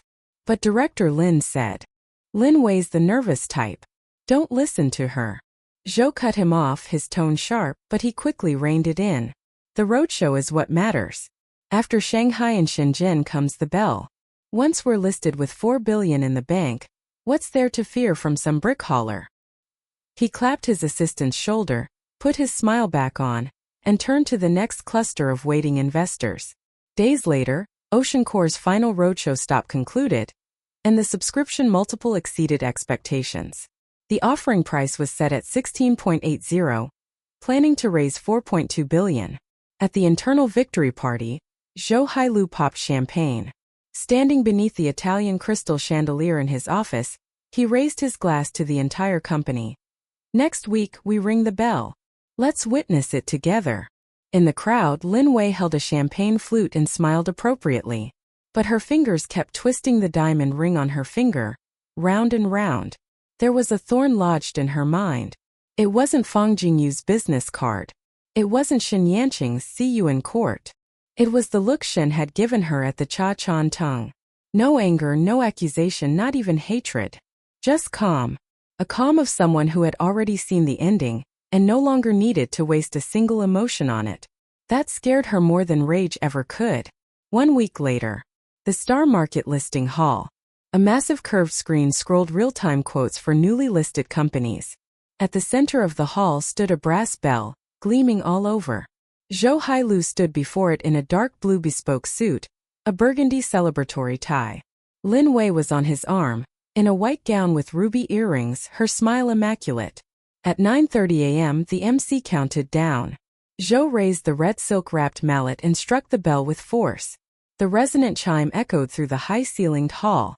The big screen flashed the opening price, 22.50, a rise of over 30%. The room erupted in applause. The stock kept climbing. 23.25, 26.80. Cheers grew louder in the trading hall. Zhou watched the screen, tallying his net worth in his head. His personal stake was worth over 2 billion, and with founder options and family trust holdings, the total was approaching 5 billion. 5 billion. He repeated the number to himself. 2 years ago, he'd been scrambling for Series B funding. Now he was a tech tycoon worth billions. He turned and embraced Lin Wei, whispering in her ear. "We won." Lin Wei smiled, leaning into his shoulder, closing her eyes. Just then, the stock price began to plummet without warning. Massive sell orders crashed into the market like meteors. 26.50, 23, 19, 15. Green digits flickered madly, each refresh bringing a deeper plunge. Within 3 minutes, it had broken the issue price. Pandemonium. Traders shot up from their seats. Analysts pounded keyboards. The sponsor bank's project lead, Face Ashen, sprinted outside with his phone pressed to his ear, shouting. Zhou Hailu rushed to the screen, jabbing a finger at the tumbling numbers, his voice cracking. "The stabilization fund. Push it in. Push it in now." But the stabilization fund was swallowed within 10 minutes by even more ferocious selling. Shen Yanqing's trader, Qian Jingxing, had spent 3 months laying the short position. Not just borrowing shares to short the underlying, but also buying massive amounts of put options and bear certificates. Every time the stabilization fund tried to prop the price, he added more to his position. He sat in his trading room, 6 screens in front of him, a team of over 30 traders hammering at keyboards behind him, like a conductor leading a symphony. First wave of shorting complete. "Profit curve is climbing," Chan said into the encrypted channel, his tone as flat as giving the day's temperature. Then, in rapid succession, the front pages of major financial websites blasted the same headline. China Semiconductor Industry Association issues verification notice on OceanCore's independent R&D claims. The statement noted that the core architecture of OceanCore's Kuimping 1 bore a high degree of similarity to Professor Chang Yuanshan's patent application from 2 years prior. The association had commissioned an independent expert panel to conduct a technical assessment and recommended that relevant regulators intervene. It didn't stop. The second headline followed. Juanqin law firm, representing Shen Yanqing, sends legal demand to OceanCore. Allegations of IP infringement, fraudulent listing, and falsified independent R&D claims. The full text of the legal letter was released online, with an evidence appendix spanning 11 pages. The third piece appeared 10 minutes later. Deep Blue Capital announces withdrawal of all cornerstone investment in OceanCore and vows to cooperate with regulatory investigation into technology source issues. Deep Blue's statement was only 3 sentences, but each landed like a knife. "We have noted serious doubts regarding the origin of OceanCore's technology. Until these doubts are resolved, Deep Blue Capital will suspend all cooperation with OceanCore. We have simultaneously submitted supplementary due diligence materials to the Star Market Listing Committee." The trading floor went completely berserk. Investors stampeded for the exits, sell orders queuing past 3 million lots. Zhou Hailu stood before the giant screen, the back of his suit soaked, his tie yanked askew. He tore it off and spun toward his assistant, yelling, "Get me Deep Blue Capital. They were supposed to be our cornerstone investor. Why the sudden reversal?" The assistant frantically dialed. "Busy signal. Forever busy signal. Keep calling." Zhou roared at one assistant, then spun to another. "Tell PR to bury every piece of negative news. Buy up all the keyword bidding. Whatever it costs." But the bad news kept piling on. The sponsor bank urgently announced a suspension of OceanCore's trading, initiating a verification process. Hong Kong Securities and Futures Commission and mainland regulators simultaneously announced their own investigations. Lin Wei stood in a corner, clutching her dead phone. Her manicured nail snapped off against her palm. She didn't feel the pain. She just watched the chaos in the hall. Watched Zhou Hailu's raging, crumbling figure. Watched the damning red letters suspended on the screen. Shen Yanqing had said, "See you on the day." She'd thought it was an empty threat. It wasn't. That afternoon, OceanCore's stock price continued to crater, triggering 2 temporary trading halts. Total market cap evaporated by over 20 billion in a single day. The stabilization fund pool was blown apart. In Zhou Hailu's office, the lights stayed on until dawn, the desk buried under records of margin calls and copies of legal letters. He slumped in his leather chair, collar gaping, eyes fixed on the crystal chandelier overhead.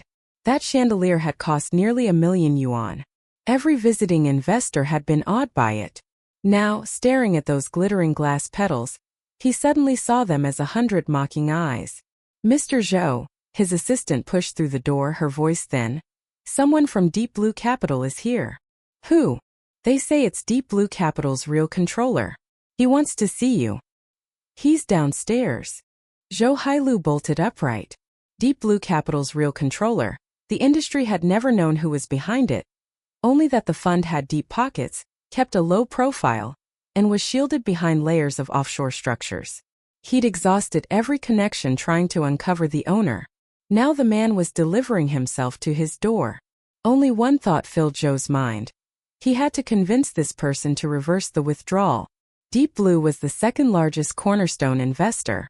Their stance would dictate every other investor's confidence. Show him up quickly. 5 minutes later, the office door opened. The man who walked in wasn't a financial tycoon in a suit. He wore a dark gray work jacket. His stride wasn't fast, but each step was almost metronomic, barely rustling the Persian carpet. Zhou Hailu froze.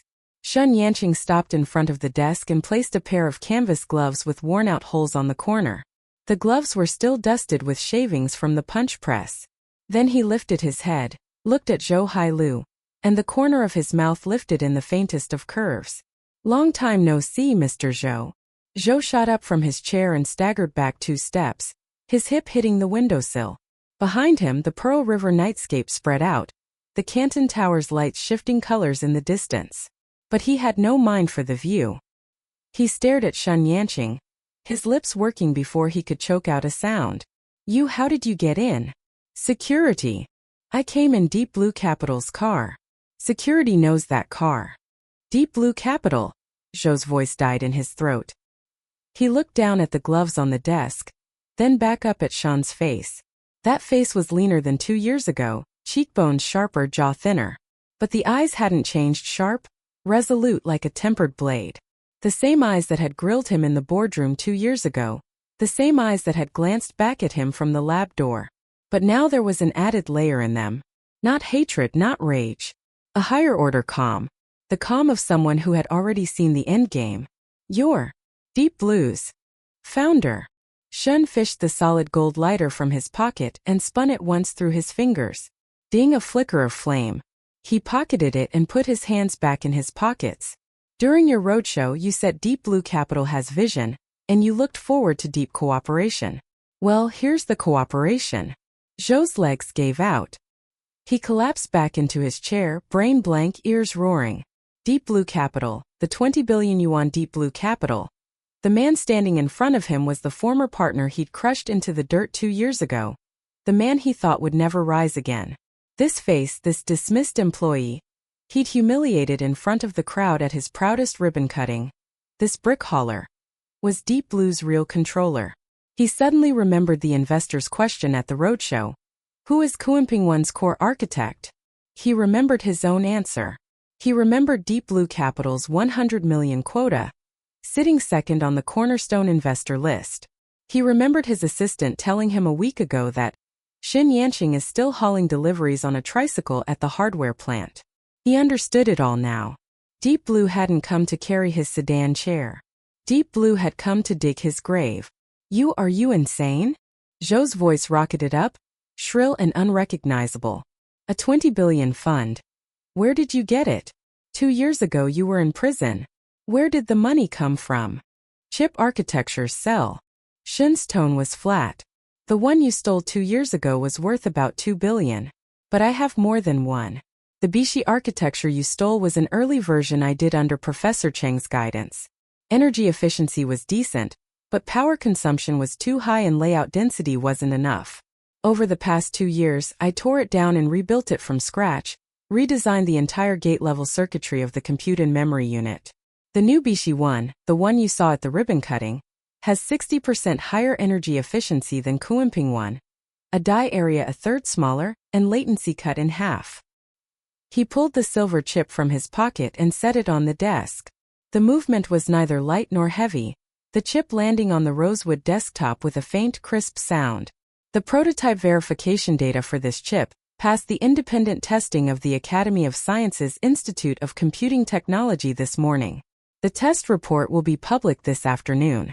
Oh, and I forgot to mention, a certain national major science and technology special project has already included the Bishi architecture as a key support direction. I am a specially appointed expert group member for that project. He paused, watching the color drain completely from Zhou's face. Zhou Hailu, you've played the star entrepreneur for 2 years with stolen goods. Time's up.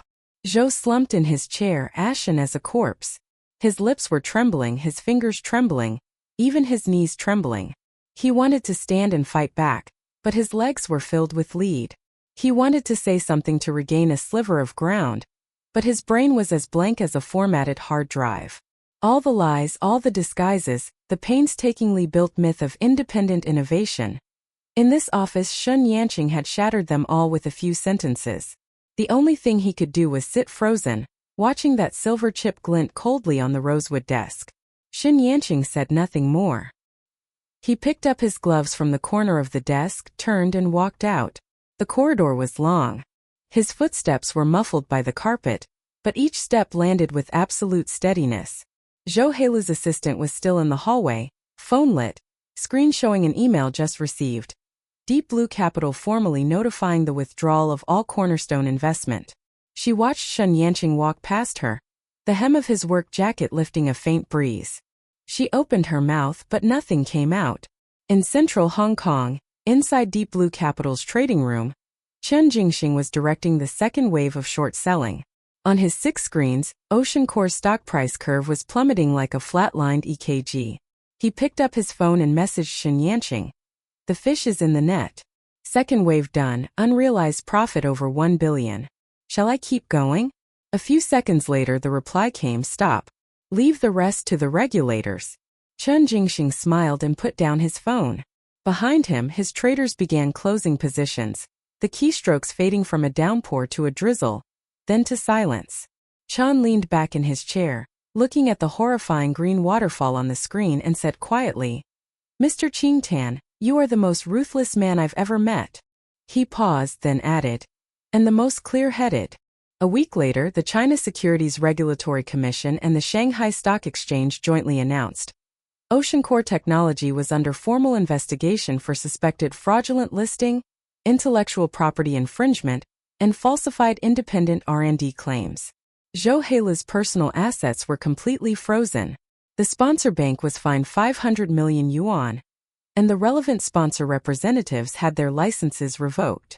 Ocean Core's star market listing qualification was cancelled, and the company entered delisting proceedings. Another month passed. The High Court of Hong Kong. Fang Jingyu stood at the plaintiff's bench in her black barrister's robe, a thick stack of evidence before her. The gallery was packed. Cheng's widow sat in the first row, Professor Chan Hemming, an old colleague of Cheng's, beside her. Representatives from the Semiconductor Industry Association, experts from the Academy of Sciences Institute of Computing Technology, and financial media reporters filled every seat behind. The judge delivered the verdict. The gavel fell, a weighty and irrevocable thud. Defendant Zhou Hailu is convicted of intellectual property infringement, fraudulent listing, and forgery of commercial contracts. Sentences are to run concurrently for a total of 13 years imprisonment, with a fine of 30 million yuan. Defendant Lin Wei is convicted of trade secret theft and perjury, sentenced to 5 years imprisonment and a fine of 2 million yuan. Ocean Core Technology is ordered to pay the plaintiff Shun Yanqing economic damages and punitive compensation totaling 860 million yuan. The Kuanping 1 product is to be immediately discontinued, and the relevant patents are declared invalid. Zhou Hailu collapsed in the dock. Bailiffs hauled him out by the arms. He struggled to look back at the gallery, but they gave him no chance. His bespoke suit lost a button in the scuffle, the jade cufflink flashing one last glint of green under the lights before vanishing behind the iron door to the holding cells. Lin Wei buried her face in her hands, sobbing. Shun Yanqing rose from the plaintiff's bench. As the bailiffs escorted her past him, he shifted slightly aside, clearing her path. He didn't look at her. He just inclined his head toward the gallery where Cheng's widow sat. She had an embroidered handkerchief pressed to her mouth, tears streaming through her fingers, but she nodded firmly. Behind her, old Professor Chun Hemming took off his glasses, wiped them and couldn't manage to put them back on. He simply looked at Shen Yanqing and raised a thumb. Outside the courthouse, the sun was blinding. Fang Jingyu handed him an opened bottle of water. 860 million, she said, her tone lawyer-restrained, though the curve of her mouth couldn't hide a trace of triumph. 200 million more than I expected. I think the judge saw the Bishi 1 test report and got so angry he bumped the punitive damages up a tier. Shen took the water, tilted his head back and drank. What's your next move? Fang Jingyu asked. Mass production. The wafer foundry contract for Bishi 1 is already signed with the domestic advanced process fab. Tape-out starts next month.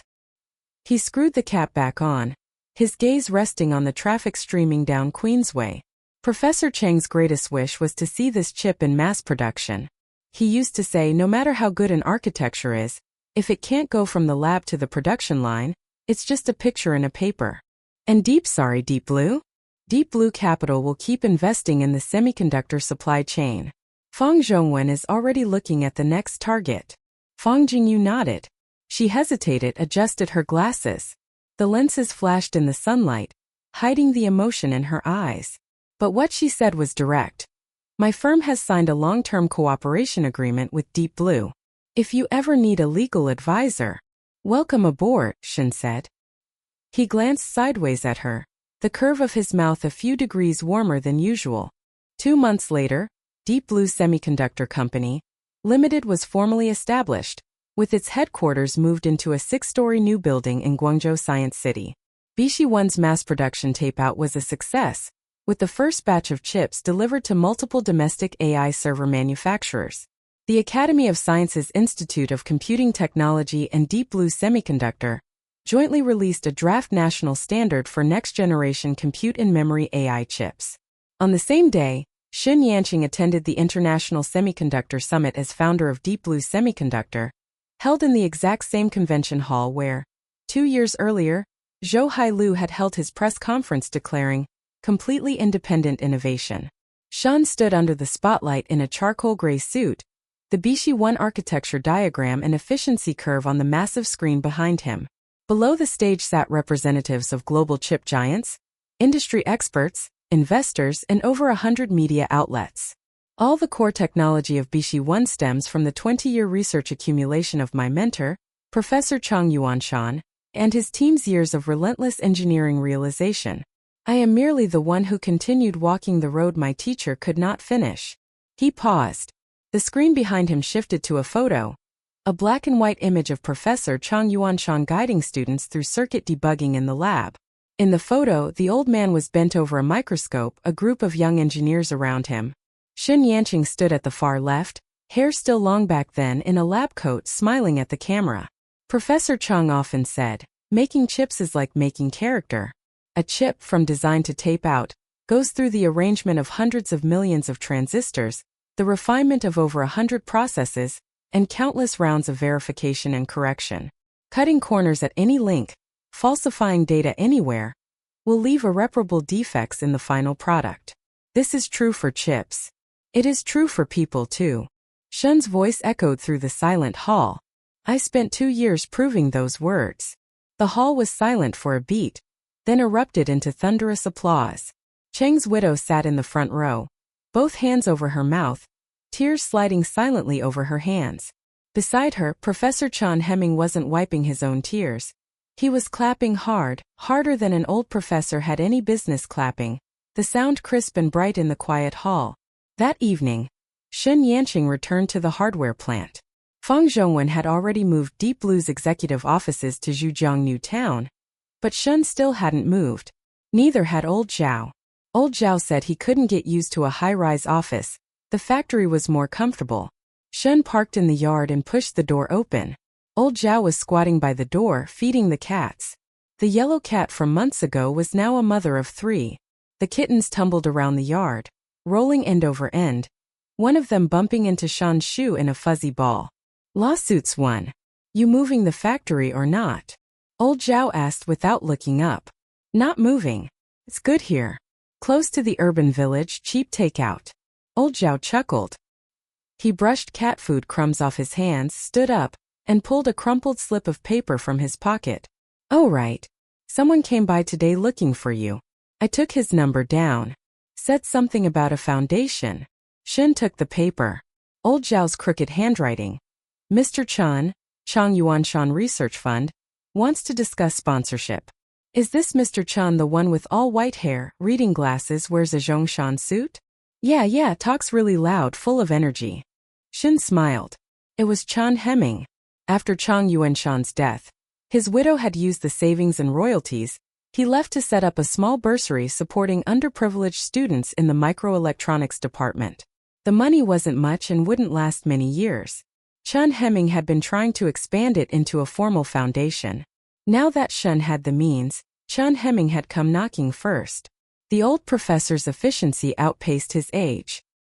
He folded the paper and put it in his pocket. Brother Zhao, we're adding a dish tonight. That beef Wellington I mentioned. You actually bought it? Didn't buy it. Bought beef and frozen roti prata. I'll make it for you. Shen bent down and scooped up a kitten trying to climb into the warehouse, placing it back with its mother. The mother cat eyed him warily, then lowered her head to lick the kitten's ear. Roti prata? Isn't that still puff pastry beef? Old Zhao shouted after him, pure skepticism in his voice. Shen didn't turn around. He walked into the kitchen converted from the warehouse, tied on an apron, and took the beef from the fridge. The way he sliced the meat was deft, even more precise than when he used to cut wafer samples in the lab. Old Zhao leaned against the door, watched for a while and couldn't help asking, "When'd you learn to cook?" "In prison. The kitchen chef taught me." Old Zhao was quiet for a moment. He wiped his hands on his apron, walked over, and started peeling the garlic beside the cutting board. Was that chef any good? Not bad. Just like to put too much soy sauce in everything. More soy sauce tastes better. It does. Shen kept his head down, salting the beef, his voice soft. I should treat him to a meal sometime. The kitchen went quiet for a spell. Only the sound of the knife on the board and Old Zhao's peeling. Outside the window, the three kittens were chasing a plastic bag blown by the wind. The bag was tinted pink by the setting sun, like a tiny sun rolling around the yard. After dinner, Xin Yanqing went up to the warehouse roof alone. The roof of the hardware plant was flat, covered in gray waterproof membrane, with crates of obsolete punch press dies and a coil of rusted wire stacked at the edges. The urban village in the distance was lighting up for the night, laundry hanging between handshake buildings swaying in the evening breeze, wok flames from street-side dai paidongs flaring and subsiding. To the east, the CBD skyscrapers of Zhujiangnu town were illuminating their light shows in the twilight, scrolling red National Day slogans across the glass facades. He pulled the solid gold lighter from his pocket.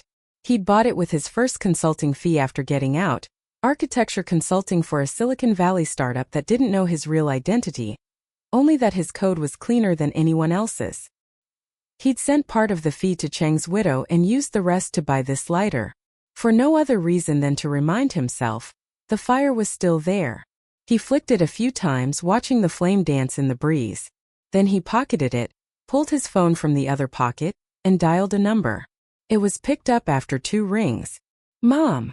From the other end came the sound of a spatula stirring and his mother's trademark booming voice. So you finally remember to call. How long has it been? That lawsuit of yours, the news said you won, right?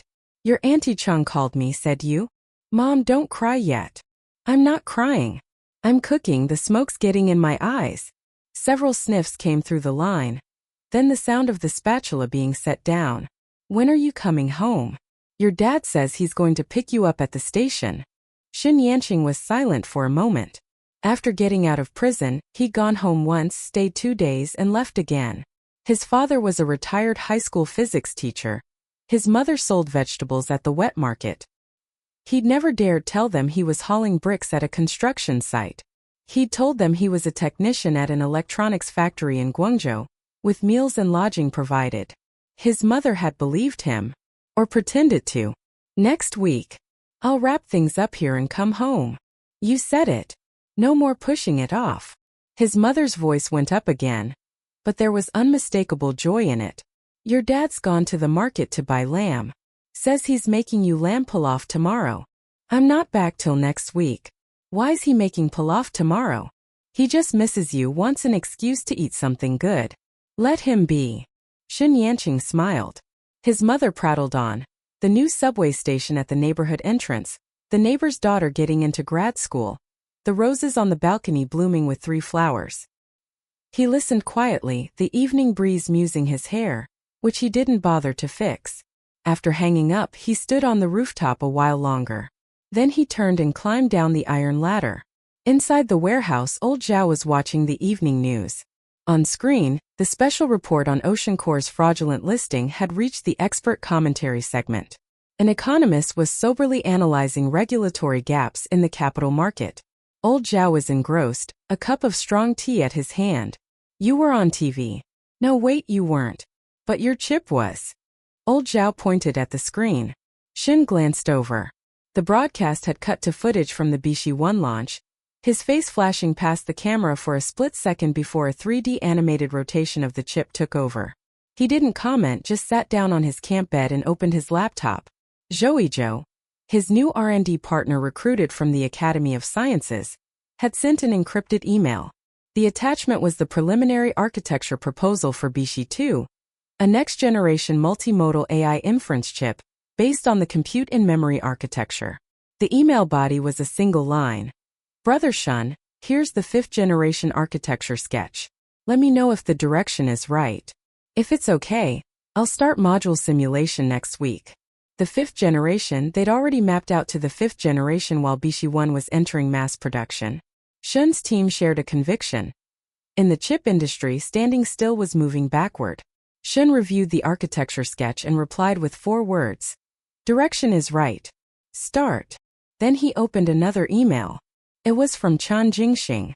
The email contained the due diligence report for Deep Blue Capital's next potential target, a hidden champion making precision components for semiconductor equipment. At the end, as usual, Chan tacked on a jab. By the way, you know what the Hong Kong press is calling you? The brick hauler sniper. They say you're the biggest short seller to charge straight out of a construction site onto the star market. Shin replied. Terrible nickname. Chun responded instantly. It really is terrible. But when they say it, the look on their faces is exactly the same as when they used to call me the quant maniac at Goldman. Mocking with their mouths, terrified in their hearts. Sean closed the email, the corner of his mouth twitching. He shut the laptop and lay back on the camp bed. Through the window came the low, throaty call of the yellow cat and that distinctive, coquettish, drawn-out meow feral cats make, probably teaching her kittens how to catch mice again. He closed his eyes. In a few hours, daybreak. He would put on the charcoal gray suit and head to the convention center to sign Bishi 1's bulk supply agreements with 5 of the country's top AI enterprises. Fang Jingyu would meet him after the signing to discuss patent ownership issues in OceanCore's delisting liquidation. Old Zhao had said he wanted to clear the scrap tanker out of the yard come spring and plant a row of grapes. He'd even thought of the name. Purple Vine 1. Said it sounded better than Beef Wellington. Shen had pointed out that grapes were grapes, not purple vines. Old Zhao said they were all climbers anyway. His breathing slowly steadied. Outside the window, the single yellow bulb in the hardware plant's yard was still on. The yellow cat was curled in a cardboard box under the light, her 3 kittens squeezed against her belly, tails hooked together. The night breeze threaded through the gaps between the handshake buildings, pulling the urban village's clamor close and pushing it away again. A few mornings later, leaders from the Ministry of Industry and Information Technology and experts from the Semiconductor Industry Association made a special visit to Deep Blue Semiconductor's headquarters to inspect the facilities. The group toured Bishi 1's R&D lab, testing center, and the soon-to-be operational wafer foundry line. After the tour, the officials sat in the conference room for nearly an hour, holding in-depth discussions with Shan's team. At the press briefing that followed, the vice minister in charge of the integrated circuit industry stood shoulder to shoulder with Shan Yanqing before the cameras, shaking his hand firmly. Flashes popped in a frenzy. Mr. Shun, the mass production of Bishi 1 has filled multiple gaps in the domestic compute-in-memory architecture for AI inference chips. Our review panel's experts unanimously agree that this is one of the most important breakthroughs in domestic chip design in recent years. Further support from the National IC Industry Investment Fund and the Major Science and Technology Special Project is already under review. He paused, a smile spreading across his face. Additionally, I'd like to announce something on behalf of the ministry. Comrade Shen Yanqing's theoretical contributions and engineering practice in the field of compute and memory architecture have, after rigorous evaluation by the expert panel, earned him membership in the National Integrated Circuit Major Science and Technology Special Projects Expert Group. This is a recognition that has been delayed. But delayed justice is still justice. The news swept across the internet. Multiple major outlets ran full-page features. From Construction Shack to the pinnacle of chips, the man behind Bishi 1. Who is Deep Blue's Shen Yanqing? Each headline longer than the last. On social media, 4 of the top 10 trending topics were about him. Netizens dug up courtroom footage from the OceanCore fraud trial months ago and turned the clip of Shen presenting the Bishi chip into a GIF. Captioned, "The moment he pulled out that chip, the judge knew how to rule." The top-voted comment read, "Chips don't lie. Silicon is more honest than carbon." That evening, Shen Yanqing returned to the hardware plant. He parked, walked into the yard, and smelled red braised spare ribs. Old Zhao was busy in the kitchen, the pressure cooker hissing steam on the stove. The yellow cat and her 3 kittens were lined up in a row at the kitchen door, tails hanging in unison, staring longingly, waiting for old Zhao to toss them some bones. "Brother Zhao, there's something I want to tell you." "What?" Old Zhao didn't look up, focused on caramelizing rock sugar in a large ladle for the ribs. "The Ministry of Science and Technology approved a special fund for us to build an R&D center in Science City. Construction starts next month. I want you to be our logistics supervisor. Oversee the construction, materials, and cafeteria. You've spent 20 years on construction sites. You know this stuff better than any project manager." Old Zhao's hand stopped. The rock sugar in the hot oil was bubbling, its color shifting from pale yellow to amber. He came back to himself, turned down the flame, and glanced back at Shen. Those sun-squinted eyes glistened with something extra, but he quickly turned back to his caramel. "If I'm running the cafeteria, I'll need to hire 2 more hands. I can't cook for that many people by myself." "Done." "And the employee restaurant at an R&D center can't just serve twice-cooked pork and red braised ribs. We'll need someone who can make salads. Hire 2. 1 for Chinese, 1 for Western." Old Zhao dumped the ribs into the wok, a fierce sizzle aroma bursting. He flipped them with his spatula, his back to Shen, his voice a little thick. "Did you give that money to Auntie Cheng?" "I did. The fund was officially registered today. It's called the Cheng Yuanshan Integrated Circuit Innovation Fund. Initial endowment of 200 million. Professor Chen Hemming is the chairman. I'm the vice chair." "Good." Old Zhao tossed the ribs, drizzling soy sauce along the edge of the wok, the smell of caramelized fragrance filling the kitchen. "Professor Cheng's chip, Professor Cheng's fund, Professor Cheng's name. Nothing's been left out." Shen leaned against the kitchen doorframe. The yellow cat rubbed against his pant leg. He bent down and scooped her up, and she purred in his arms. He watched old Zhao's back as he worked the stove, spatula flying in the wok, steam billowing from the lid, mingling the caramelized scent of rock sugar and soy sauce. His phone buzzed in his pocket. A message from Feng Jingyu, no pleasantries, straight to business. Rivalis, the Silicon Valley AI chip giant, sent a legal letter today. They claim Bishi 1's compute and memory unit design infringes 3 patents they hold in the US, and are demanding a sales halt and compensation. I forwarded you the email. Check the attachments. Their patent coverage is broad, but there are openings. Priority dates have flaws, and one patent's claims are written too broadly, potentially vulnerable to invalidation. I'm flying to Beijing tonight, taking the team to the patent office for an invalidity search. Back Sunday to meet with you. Shen opened the attachment and scanned it. Rivalis was the top dog in global AI chips, with a market cap of $300 billion, notorious for crushing competitors with aggressive patent litigation. Being targeted by them meant Bishi 1 had appeared on their radar. Shen pocketed his phone and said to old Zhao, "Let the ribs braise a bit longer. I need to handle something." He walked into the warehouse and sat at his workstation. The four server host's cooling fans accelerated in unison, emitting a low hum. He flexed his fingers and began to type. 3 screens lit up simultaneously. On the left, the full text and prosecution histories of Rivali's 3 patents. In the middle, the layout and design documents of the corresponding circuit modules in Bishi 1. On the right, Fang Jingyu's suggested invalidity search keywords. His fingers flew across the 3 screens, searching, comparing, annotating, transmitting back. In just over 10 minutes, he found the critical opening in the prosecution history of Rivali's earliest patent. During examination, the examiner had cited a Stanford University paper as prior art. That paper's publication date was 4 months before Rivali's priority date. The authors Zhang Zhonglin and Cheng Yuanshan jointly signed. His teacher and his teacher's best friend had, years ago and entirely unintentionally, planted a seed that could now crack a giant's monopoly. Shan packaged the prosecution history screenshot and the full paper and sent them to Fang Jingyu. The email body was a single line. Professor Chang and Professor Zhang's co-authored paper predates Rivali's priority date. Their patent won't stand. Send. He leaned back in his chair and stared at the ceiling. The fluorescent light overhead hummed faintly.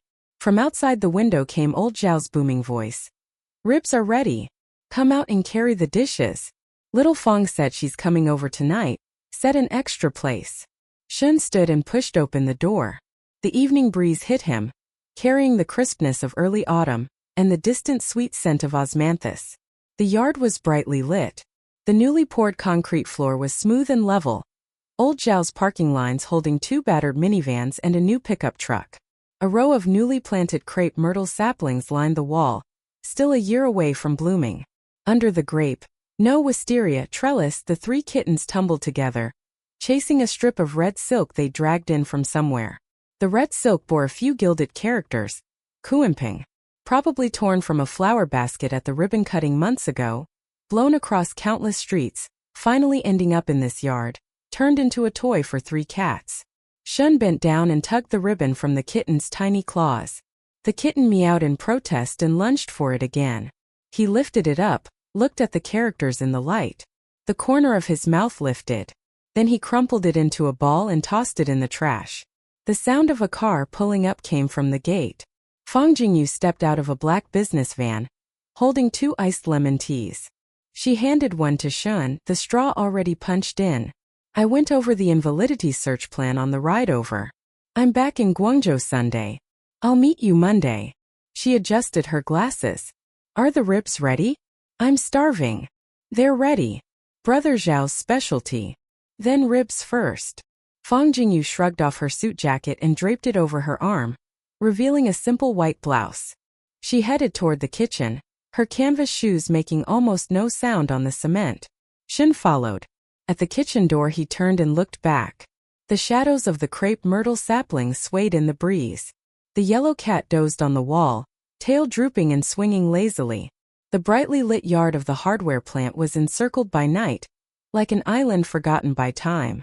But this was no island. This was where Deep Blue began. He stood there a moment, then turned and walked into the kitchen. Steam from the pressure cooker surged out, dense with the rich aroma of meat. Old Zhao was setting a huge basin of red braised spare ribs, crowned with vivid green scallions, onto the table. Fang Jingyu was already seated, chopsticks in hand, eyes fixed on the ribs with none of her courtroom composure. Brother Zhao, you could seriously open a restaurant. I did. Failed. I only made ribs. Customers got tired of them. Laughter spilled from the kitchen and was carried off by the night breeze. The darkness lay heavy, the urban village's myriad lights layering into the distance, the ivy on the courtyard wall rustling softly in the shadows. Everything was growing. Shen Yanqing picked up a rib with his chopsticks and thought about visiting the R&D Center construction site in Science City tomorrow. He'd have to get up early. He didn't mind. He'd waited 2 years, and what he'd been waiting for was every tomorrow he could control himself. Tomorrow the simulation results for Bishi 2's architecture would be in. The day after, Deep Blue Semiconductor would sign a strategic cooperation framework with a major domestic cloud service provider. The day after that, the first round of recipients for the Chang Yuanshan Integrated Circuit Innovation Fund would be announced. Among them was a girl named Wang Xiaoyu, whose father, a construction worker, had died of lung cancer. In her personal statement she'd written, "I want to make chips the poor can afford." Xun Yanqing had personally signed the approval line. There was still so much to do in the future. Patent wars to fight, market share to seize, international standards to contest, and that trellis old Zhao wanted for his new grapevine no wisteria. Shun reached his chopsticks toward the ribs, his gaze passing through the kitchen window, settling on something farther away. Out there lay wafer fabs not yet lit, industry standards waiting to be rewritten, blank spaces on the global chip map waiting to be etched with China's mark. There was a very long road ahead, waiting for him to walk it. And this time he would not walk it alone.